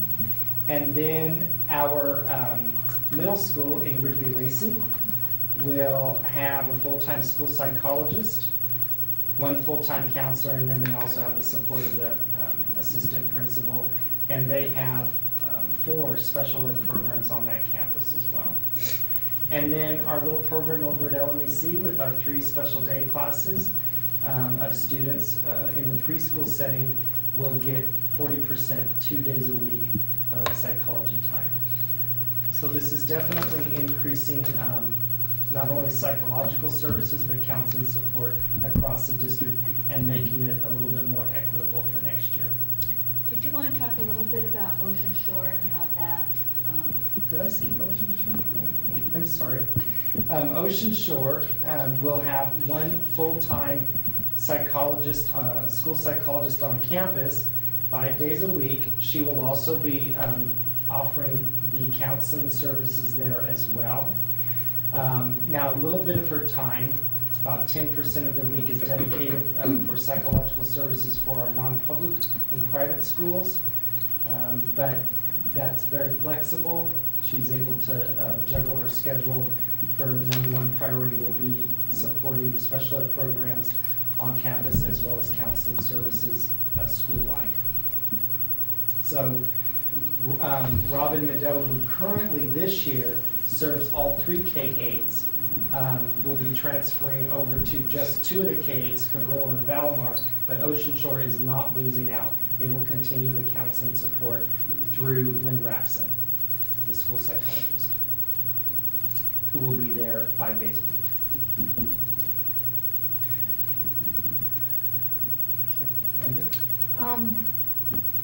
You've got, Lynn Rosen is a psychologist / counseling. Those are 2 completely different jobs. And, I mean, do we need to say that, 50% of the time she's a psychologist and 35% of her time she's a counseling, and keep that all kind of, or is it okay to just mesh these jobs together? Because, I see them as completely, they're different certifications. Right. Very good question. So that 0.85, we're going to say approximately 50% of it will be allocated for psychological services with the special ed programs that are on campus. Approximately 35% will go towards counseling. But in any given week, the luxury of having Lynn there Monday through Friday, that 50 35 can shift at any given time, depending on the need of the students at the school. We don't care about multi-funded, blah, blah, blah, and. The beauty of LCFF. Oh, thank you. And, Good. and Okay. Lynn's skills. Yes. You know, and her desire to really sort of take that, sometimes we look at school psychologists as being very much assessors. And in our district, we really try to take a much more preventative approach and that counseling and support aspect of psychologist roles as well. And then you have on this list, under counseling support, you have the vice principal at Sunset Ridge and the assistant principal at Ingerville Lacey, but those are full-time positions as vice and assistant principal. So they're, you know, like, to say that they're also part of the counseling part seems to kind of double their responsibilities. So they're not official counselors, but they're definitely, there is definitely time where, as an administrator on campus, they will do counseling triage. When the counselor can't get to the child, they definitely will be there to meet the needs of the child. But eventually, if there is a need by a person with a pupil services credential, then the counselor / and/or psychologist will come into the scene.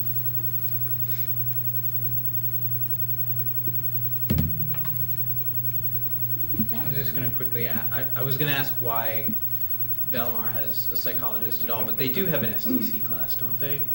So that's a class that is run by the county program, which has its own special ed support team, including psychological services. Okay. So our school psychologist, Jeannie Smith, is allocated only for the district program at Valimar. Thank you for clarifying that. Okay.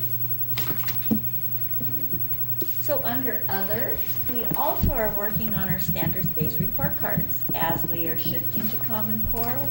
This year we did a slight change just in the math arena, and now we are really taking a look at just the total package. So Tina?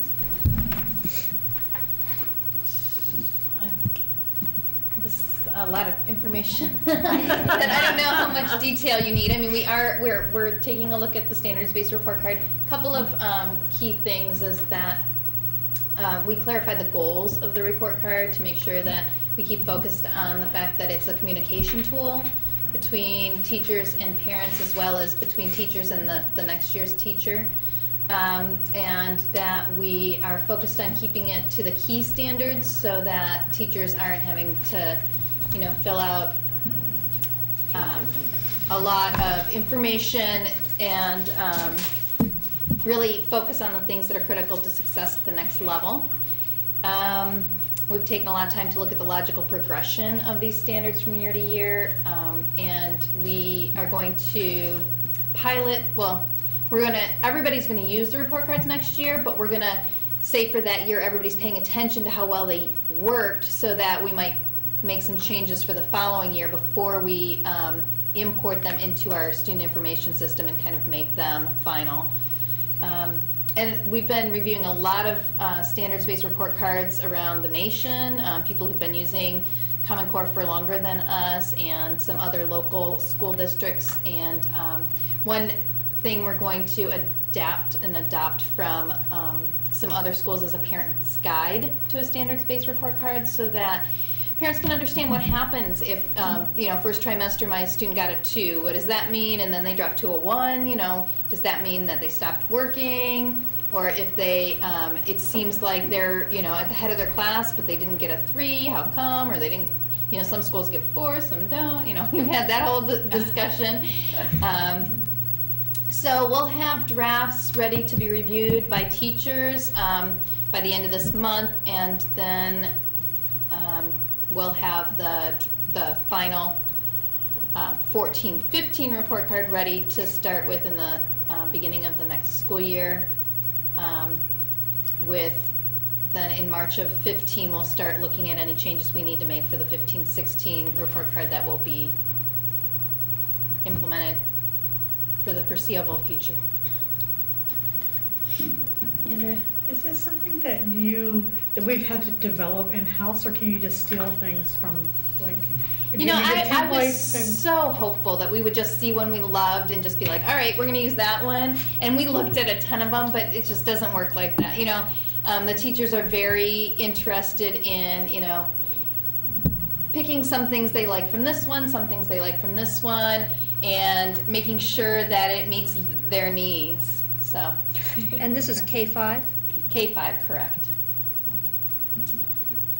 What it is particularly, I'm very proud of is the fact that we do want it to reflect the 21st century competencies, as well as the practices, mathematical practices and the anchor standards. So again, what you don't monitor is not going to necessarily be taught. And so I think that and the notion of the growth mindset.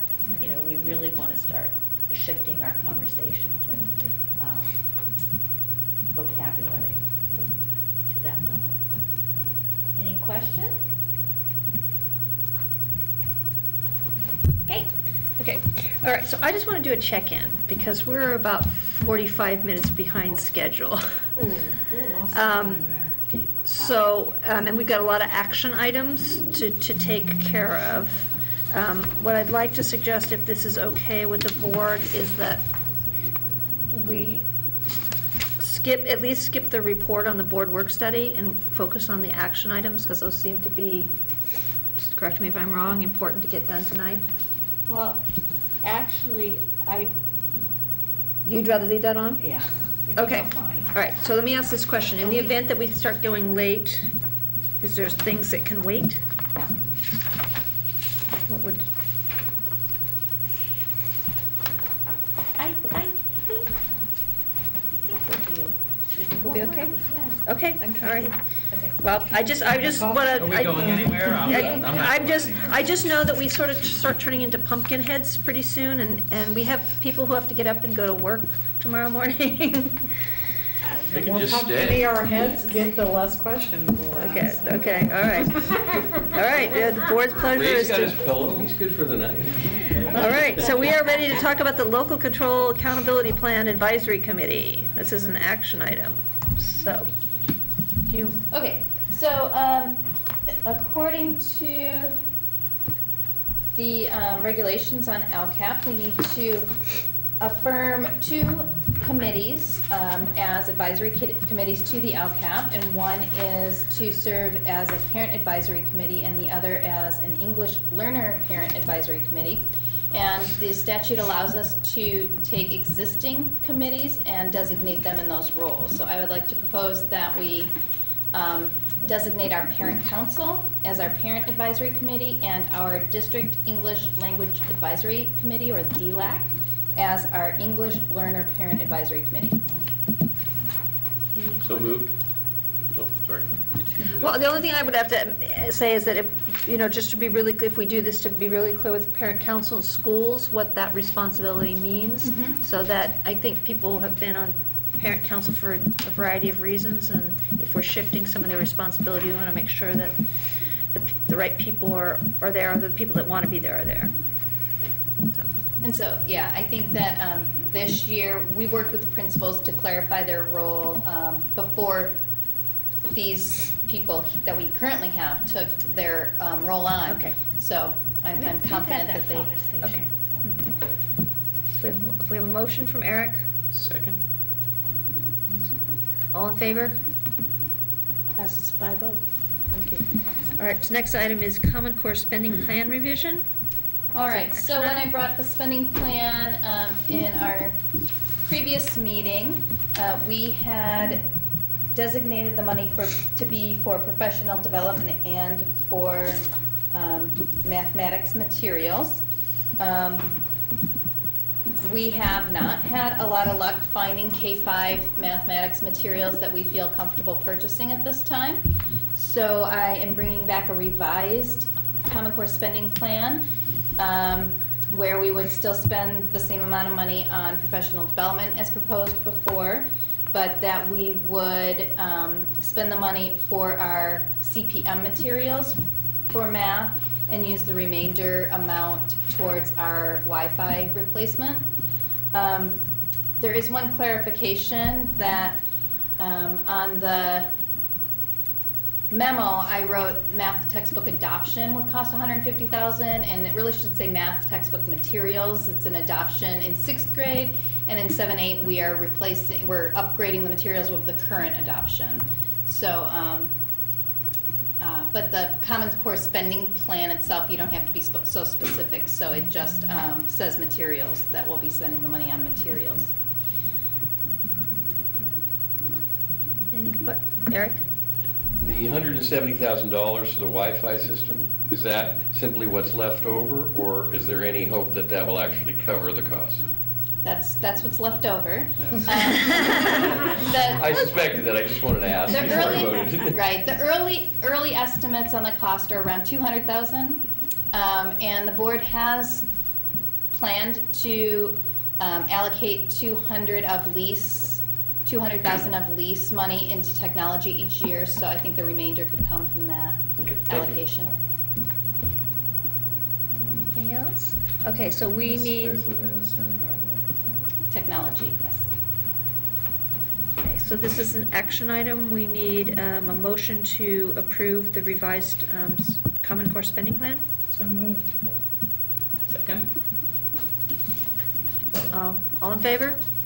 Passes 5-0. Okay, you guys are good. You're 4 or 5 minutes ahead. All right, so we're on to the study of California's Transitional Kindergarten Program, MOU. This is an action item. So I was very excited that our district got invited to participate in this TK study. This organization, American Institute for Research, has already done a statewide study on the effectiveness of TK, a phase 1 study, and they've expanded to this phase 2 study that would take a close look at how our kindergartners are doing after being in TK. It would be voluntary for our teachers, but if we get enough participation, we would get results for our school.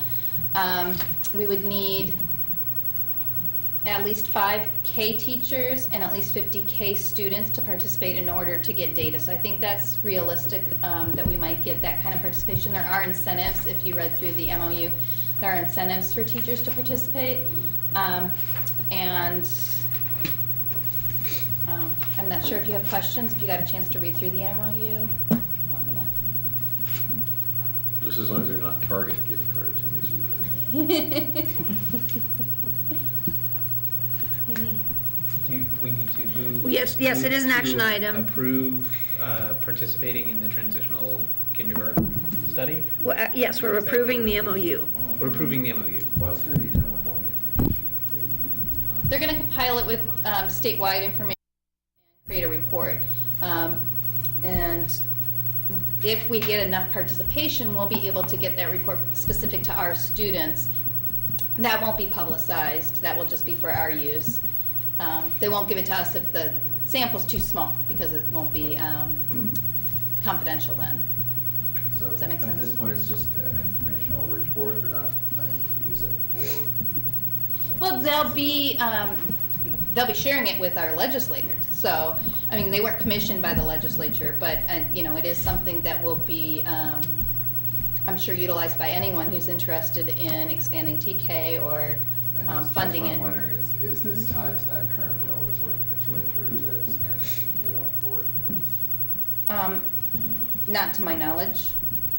It's It's the Packard Foundation that's Right. funding it, right? So it's a foundation-funded thing. You can go to the AIR website and see the first part of the study. It seems, it seems legit. I was, and they have an IRB, they have. Especially with this other bill working its way through. So, yeah, and it went through, they have like an institutional review board, so they're following all sorts of procedures to make sure that none of, all of the information is properly, is properly kept. It seems like, an above-board study, if that's, for what that's worth. Any more questions? Okay, so we needed a motion to approve the MOU for the study. So moved. Second. Did you get that, Sandy? All in favor? Passes 5-0, thank you. Okay. All right, so report on board work study, crafting a plan for fiscal alignment. So I did receive the report from Janelle Kibinek, who is the Director of Comprehensive School Assistance Program of West Ed. From her recommendations, or especially on page 4 of her report, there were some areas that surfaced in relationship to advancing the planning process from what we started.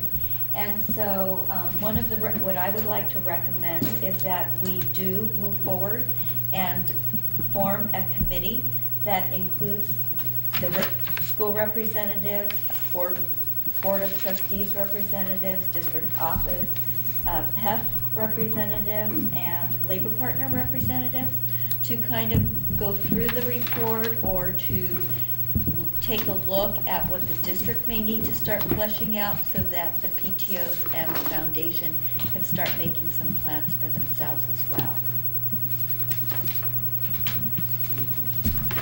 So, depending on the input I get tonight, I'd like to go ahead and move forward and see if there are 2 school board trustees who would be interested in participating. What's the time commitment? One of the things that we're talking about is looking at this particular group as maybe once we formulate and have a discussion, meeting once or twice a year to take a look at what we're doing and how it's all working. Right now, I do meet with the PTO presidents, and and we bring PEF to a couple of joint meetings, but it may be time now to start moving to a more articulated process of all the various stakeholders at the schools and us to have conversations around. Eric, and then Matt, and then, or, I think I was last, actually. okay, well, whatever, I'm not gonna, Okay, no, I support this, I think it's a great idea, and I think that the group should decide how often they meet. Yeah. I mean, I could envision it meeting more often in the beginning and less often over time, and I think I would much like to see the broader representation meet on a regular basis, because I think a smaller group can get the things done and get the information shared. I think is really important for us, and not just for this task, but for relationship issues among the sites and PEF. I think it's really important. I was just going to volunteer. You know, having done both the PTO and now the board, I can kind of have a perspective from both points of view. no. I mean, I'd like to do it. I've been kind of involved in the process, so I'd like to do it. I mean, I think that it would be useful because we noticed that at the April meeting, we noticed that there was just somewhere along the way, some people had experienced kind of a catastrophic communication failure and just had not understood that meeting at all. And so I think that it is a really good idea, as Eric was saying, to kind of get this umbrella group together, both for this purpose and maybe for other purposes as well, just so that these issues can kind of be hashed out together. And it's going to need to keep happening because PTOs turnover every year, so it's not going to be the same people, and we will have to keep delivering the message over and over and over again. But that's, as Eric says, I think that's something important that we have to do. So. And having sat at a site council meeting recently where it was suggested that PTO pay for a teacher. Well, wait a minute. Yeah, wait, that conversation of we can do it all has got to be dealt with.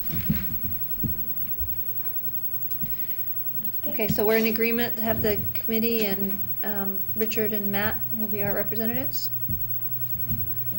Okay. New job descriptions for facilities and our education specialist. So we currently have 3 teacher classroom support positions, which is the 21st century lead facilitator, math coach, and humanities coach. As we get ready to transition into the Common Core, we would like to retitle these positions to specialists, a humanities specialist, a STEM specialist, and an AEI specialist, Access, Equity, Innovation. We also currently have a facilities manager position, and we had a recent study done by School Services of California that recommended we revise that title and job description to include the new title of Director 1, Facilities Maintenance and Operations.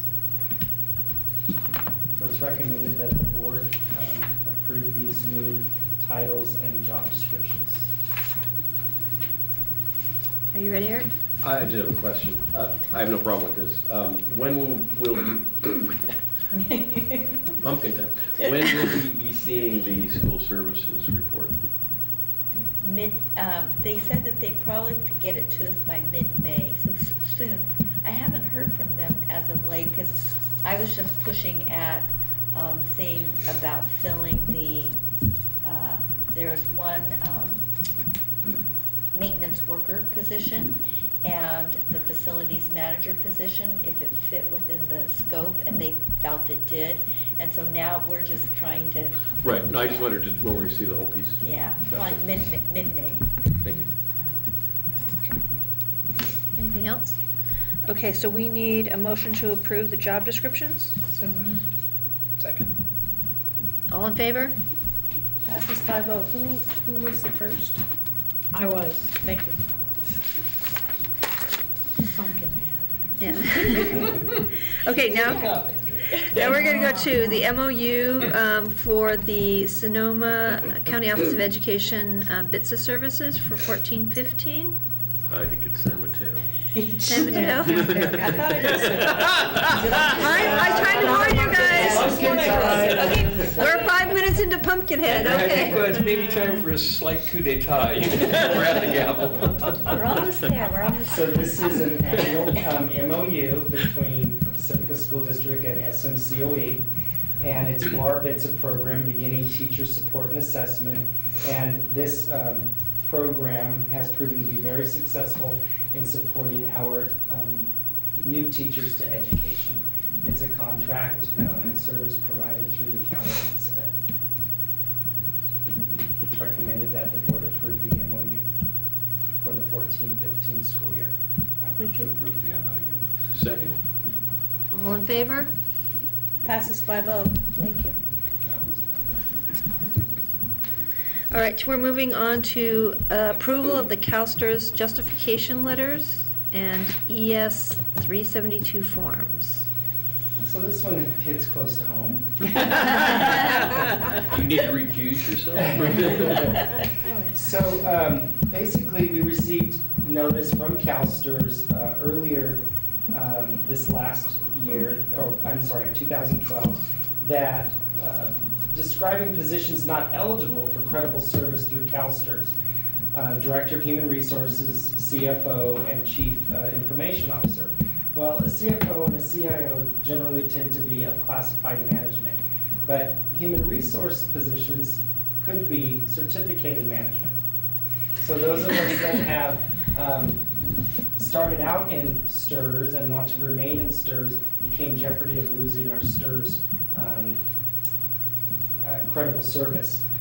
What we were able to do, though, was tell STRS in a formal fashion through the justification letter and completing the ES 372 form that even though we're in this type of position, we want to continue to remain with STRS versus being put in another organizations such as PERS. There were 3 of us impacted by that, and we are all current employees with Pacifica School District.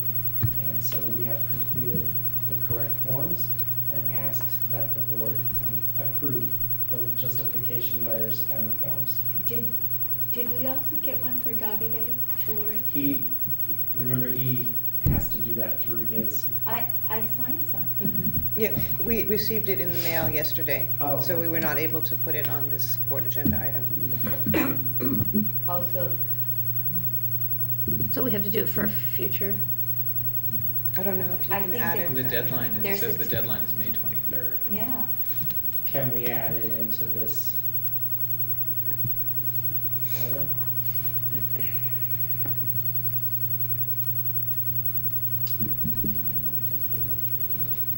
I would, It's gotta be done by May 23rd? Yeah, I would think that if the, Well, it doesn't name names No, it doesn't, specific, yeah. it just names positions, if he was in that position. recognize these PSD employees' years of service, so maybe, you know, if you do, because we haven't made a motion yet, so if we just list those people, I mean, who are these?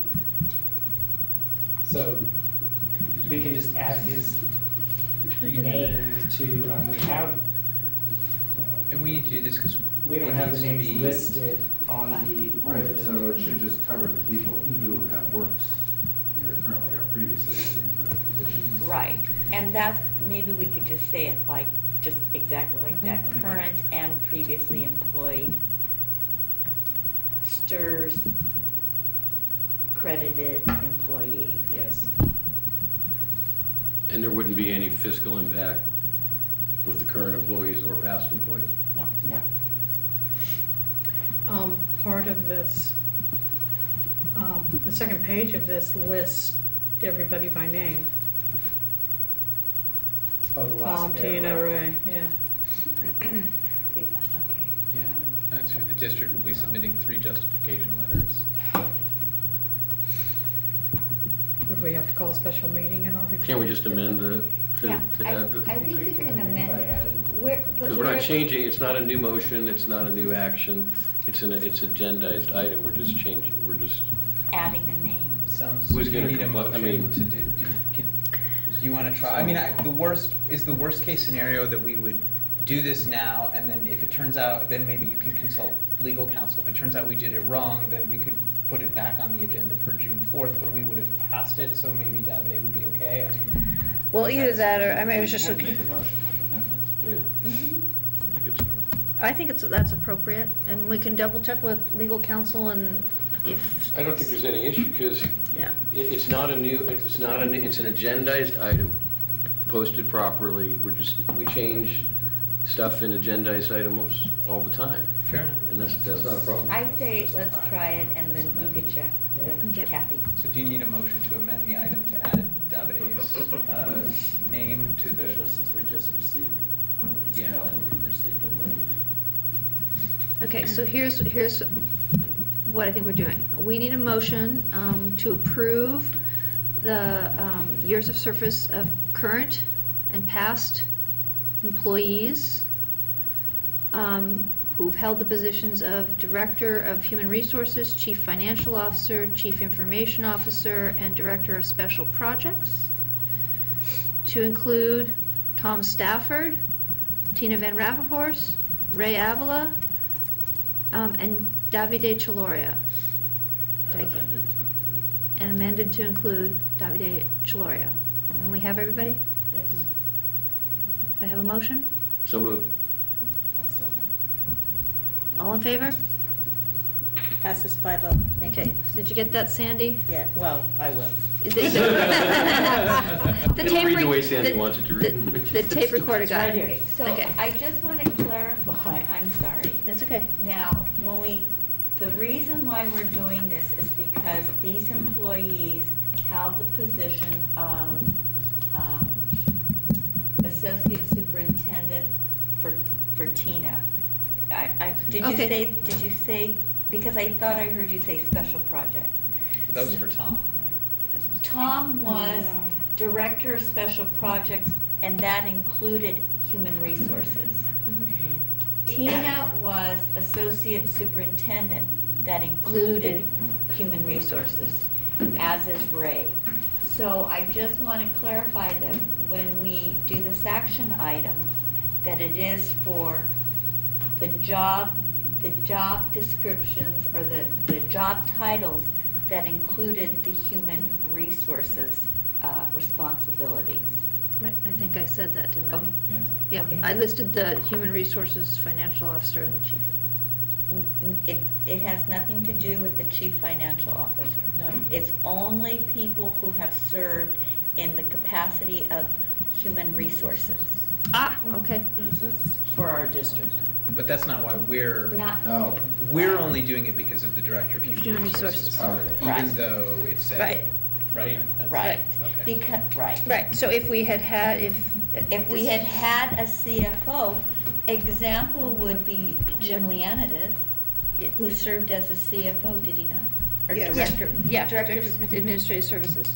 He has submitted this form, so he could get his credits. Okay. Right, but just check, and if we didn't do it right, we'll figure out how to fix it. Okay? Okay, all right. The next one is, this page cannot be displayed. Okay, Mike. All right, we're moving on to classified management salary schedule, and Director 1 and 2 titles. This is an information discussion item. That's, I can fix, I think I can fix it. So on January 22nd, we did bring to the board the request for certificated management to receive a 6-step in column, which was approved. Unfortunately, at that time, we do have a classified management salary schedule that reflected the jobs for occupational therapist, program director, and behavior program supervisor, and that was not brought to the board for a 6-step in column. And out of all of our certificated and classified management schedules, that would be the only one left without a 6-step in column. So the revised schedule is attached to this board agenda memo. And we also, now that we are going to be bringing in the new Director 1, Facilities, Maintenance, and Operations position, we would like to propose that there be the Director 2 title for the existing director positions in classified management. And then, again, the salary schedule that's attached reflects that. Let me pull that up. That? Okay, so confused now. Why aren't the Director 1, why isn't the Facilities Manager Director 1, aren't they classified management, or? They are, but they're on a different salary schedule. Okay. And that one, we did add a 6th? Yes. For somehow? No. It already had a 6-step. Oh, okay, Yeah. got it. The other thing is, I do want you to know, with the organization efficiency review, we will have to go through a total re-look at our job descriptions, which is probably going to be one of the recommendations because they're very old, and we'll probably have to do some changes in titles and things like that at that time as well. But I think we need to do it because we're kind of messy right now. Exactly. And Yeah. just to clarify, the fiscal impact of $2,000 is an ongoing cost, not a one-time cost, correct? Correct. We ready for a motion? Yeah, we need a This motion. one was just a. No, it's an information discussion. Oh, sorry, okay, no motion. Okay, all right. So now we're on to declaration of need for fully qualified educator. This is an action item? This is, yes. Okay.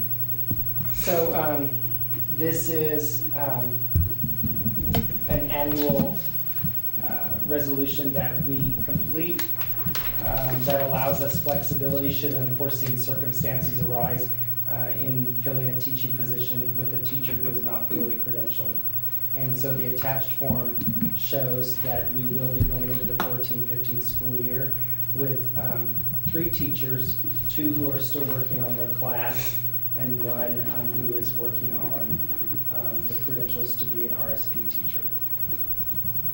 So it is recommended that the board adopt the declaration of need for fully qualified educators for the 14-15 school year, to cover these teachers who are on emergency permits or limited assignments. Andrea? So I remember that when this came up that last year, I asked, are these people actually working on these, and they're still working on these? Well, the CLAD, yes, they're still working on it. The RSP is a new teacher that we brought into employment this year, who is on her emergency and should have it completed by next year. How long have these people been working on their class? quite some time. They are definitely on a timeline with their Timeline with the emergency retirement? permits, and that timeline is monitored not only by us but through San Mateo County Office of Ed. Okay. We're gonna ask the same question next year? No, I hope not. I think I think what we're hoping is not to get the same answer. Well, I have, and I do want to say that, you know, we do monitor their progress, and I need to applaud these teachers for really persevering and attempting to get their CLAD and to get their full credential. Because I have also known in other situations where people just perpetuate, and that is not the case in our district. We do have people who really do take the courses or try different avenues, and so I thank them for that, their hard work too. Yes. But it's hard. And then also, in terms of percentage, it's 3 out of how many? 160. Something? 160. 160 something. So. But we're supposed to be 100%. Yeah. Right. And CLAD's been a requirement for a long time. And so one of the issues, the old historian here, was when it became an issue, we provided that the district paid for those classes to be here on site to clear their credentials, and some teachers elected not to take advantage of that. And I don't know if They're these, still working on I don't know that. if these teachers were here at the time that, and could have availed themselves of that, I'm not sure, but when this happened, the district made every attempt to support teachers who'd already been in the teaching profession for some time, to be able to do it as easily as possible. So, we need a motion to approve a declaration for the need, declaration of need for the fully qualified educators. So moved. All in favor? Passes 5-0. Thank you. Okay. Interest earned, one of my favorite reports. You laugh, but when she information. presented Lehman Brothers, it wasn't so funny. This is information for the board for third quarter ending March 2014. It shows interest by fund. Any questions? Okay. All right, we're on to board bylaws and policies. We have board policy 3100 budget. First reading. This item was actually brought to the board in, I think, the November policy maintenance, off-schedule maintenance. And we talked about some language changes, and the only change was made on page 6. We just changed some of the language under the reserve, how we're working towards maintaining a minimum unassigned fund balance at the bottom of page 6. And it's, and the changes are in red. Andrea? So kind of the paragraphs don't flow well anymore on page 6, because the one where we said the board intends to work towards maintaining a minimum unassigned fund balance. Okay, do you see that paragraph there? Blah, blah, blah. And then the next paragraph, if the unassigned fund balance falls below this level due to an emergency situation. So, they kind of figure that out, you know, it just, since this is an unannounced balance, it's kind of hard in that second paragraph to refer back to. Well, we can put, if the unassigned fund balance falls below the state required percentage. And then Matt has. Yeah, can we talk about a number? I know, this is this, it used to say 17%, right? That was. Yes, this is the 17%. And then, and now it says nothing. I'm not happy with that at all.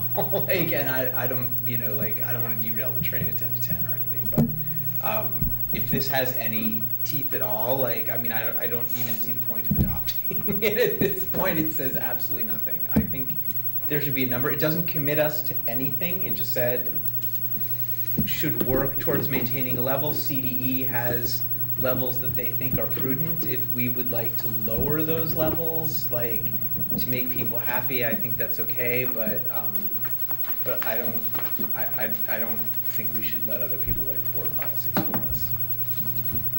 So one of the recommendations might be to bring this one back, and maybe Josie can investigate, you know, what might be a prudent number.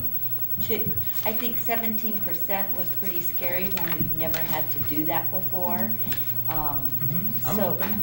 So we could come back with some suggested percentages. Maybe I'm the only one that feels that way. No, I feel the same way. I feel like, you know, I didn't know if 17% was the number, but CDE says, and when I think it was Richard, you and I heard the conversation about another district who went through a process and hired school services and paid them consulting fees and came back with that same number or equivalent to it. And the takeaway was from that general discussion was, you know, they evaluated that not all money has the same stability. You know, your parcel tax money is at a stability level of one place. Your parent contributions, that's a pretty unstable, which could include foundations depending on your levels. Your state money, depending on the year, could be in anywhere one of those categories. So they did a full-blown analysis, and in the end, kind of came up with 17%, or I think it was 3 months, and 3 months is 17%, right? It's approximately the same. So I do agree. I agree that we should be specific about where we're going. And I know that has political implications. Right, well, and that it is our goal to reach there. Right. Might not happen ever, depending on how our budget looks, but it's our goal to work towards that. Yeah, Eric?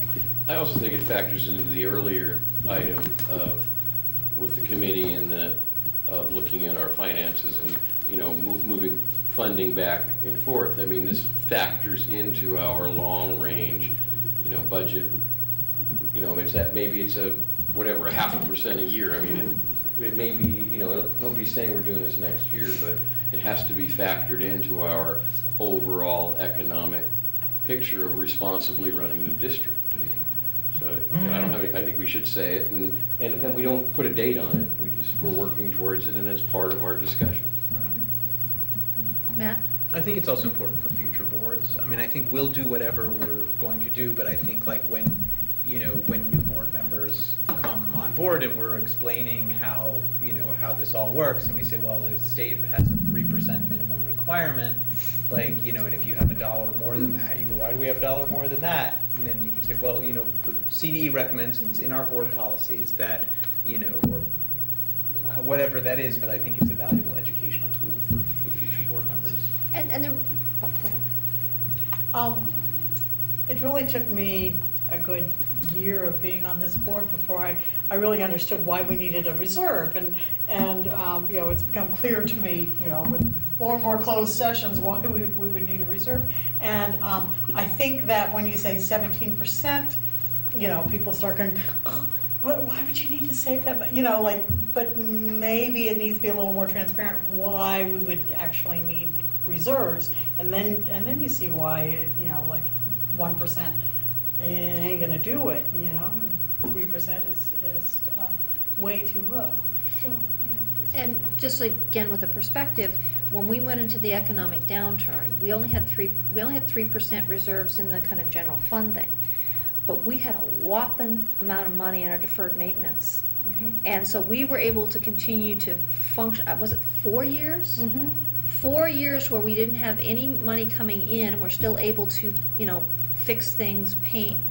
And so in a sense, we did have those reserves, they just happened to be in the deferred maintenance bucket. And then when we spent that down, now we're taking general fund money or whatever the LCFF money is, and we're having to just pay as you go now.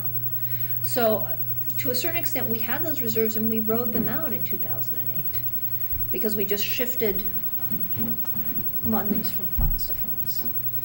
You know, and maybe that's a thing to kind of take a look at. It's a past history that we had we did have that money. And then the state released a lot of the restrictions.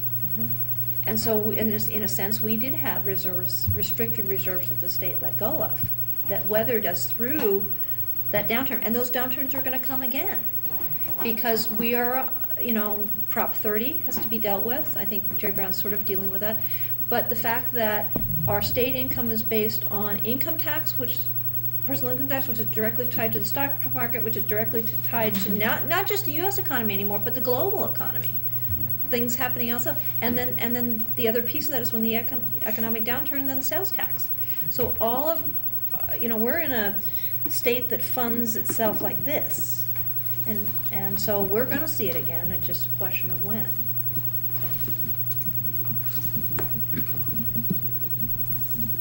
So shall we bring it back?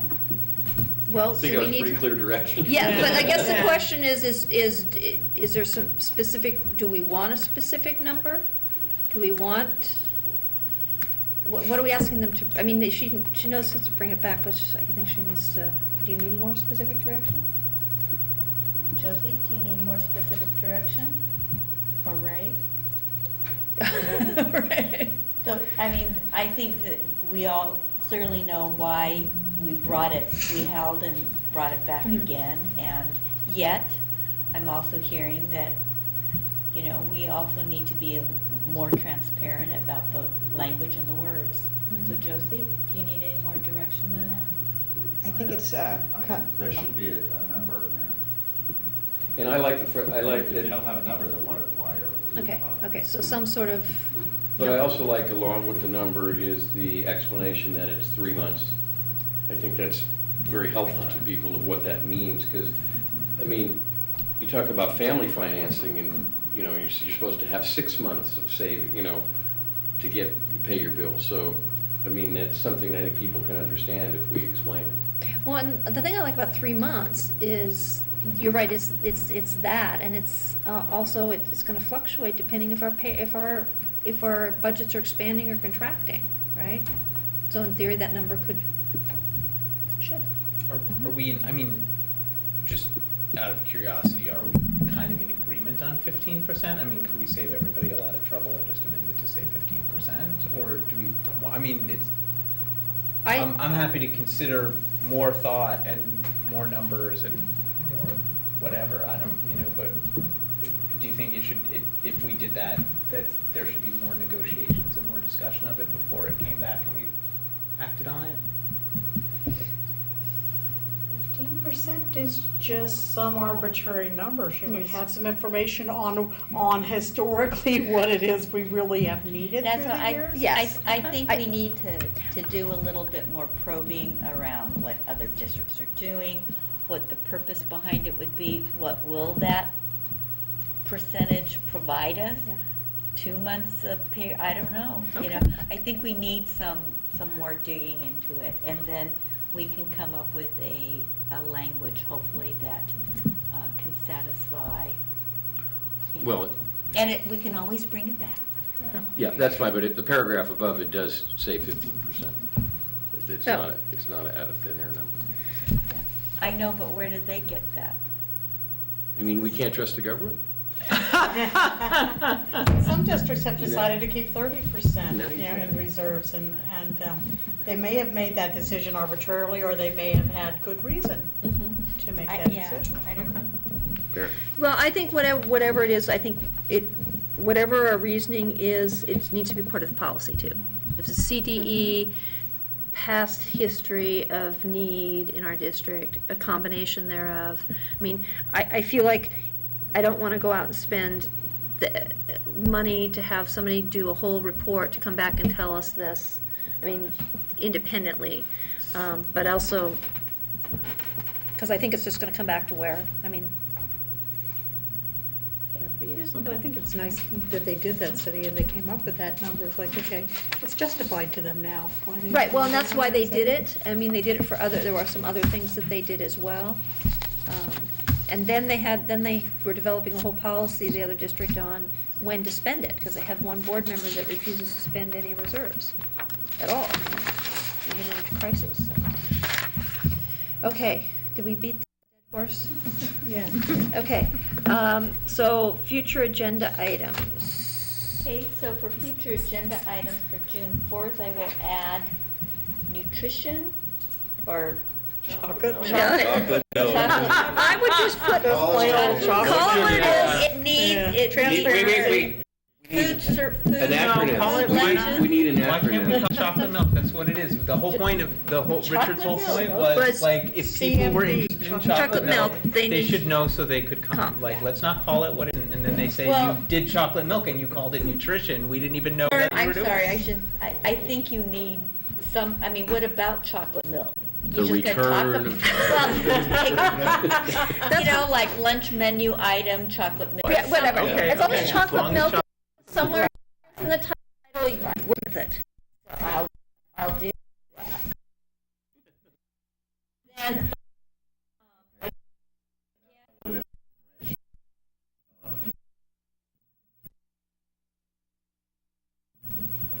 Grams of sugar, right, blah, well, blah. Josie, I'm sure that will be in her report. You might even compare it to yogurt or some of the other things we Versus the sell. old, Yeah. whatever.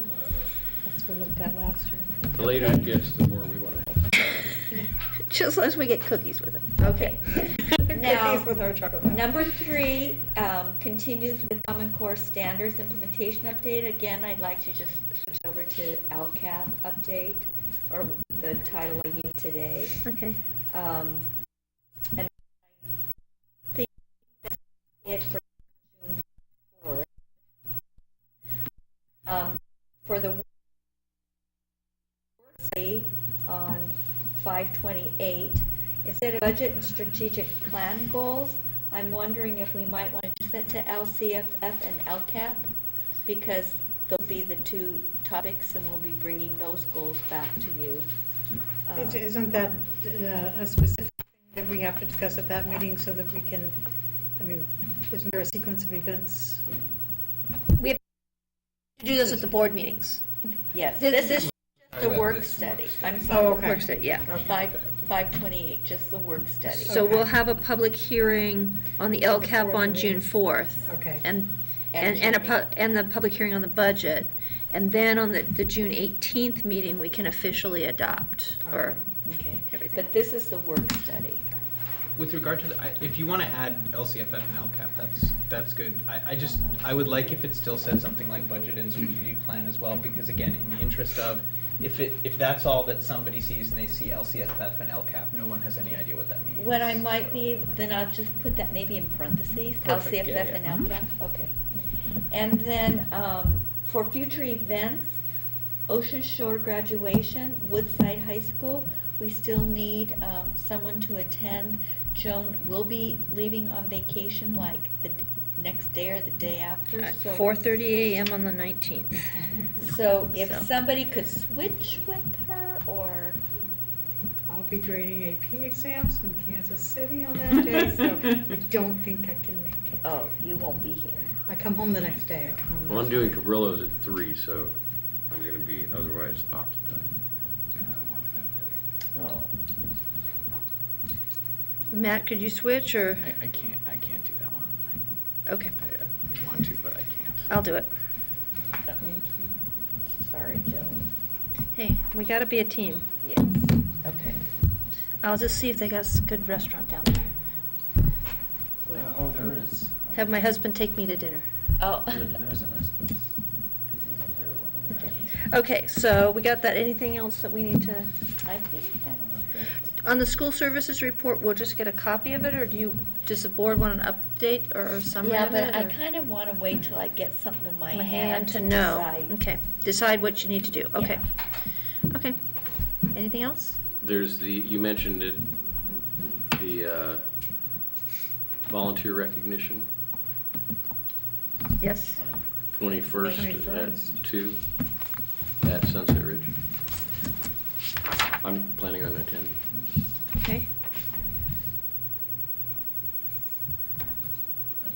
If I don't get held over at work, I'll. Okay. be there. All right, well, I mean, it's just so that people, know that that's happening. It's really an event for Pacifica to recognize their volunteers, many of which are sitting right here.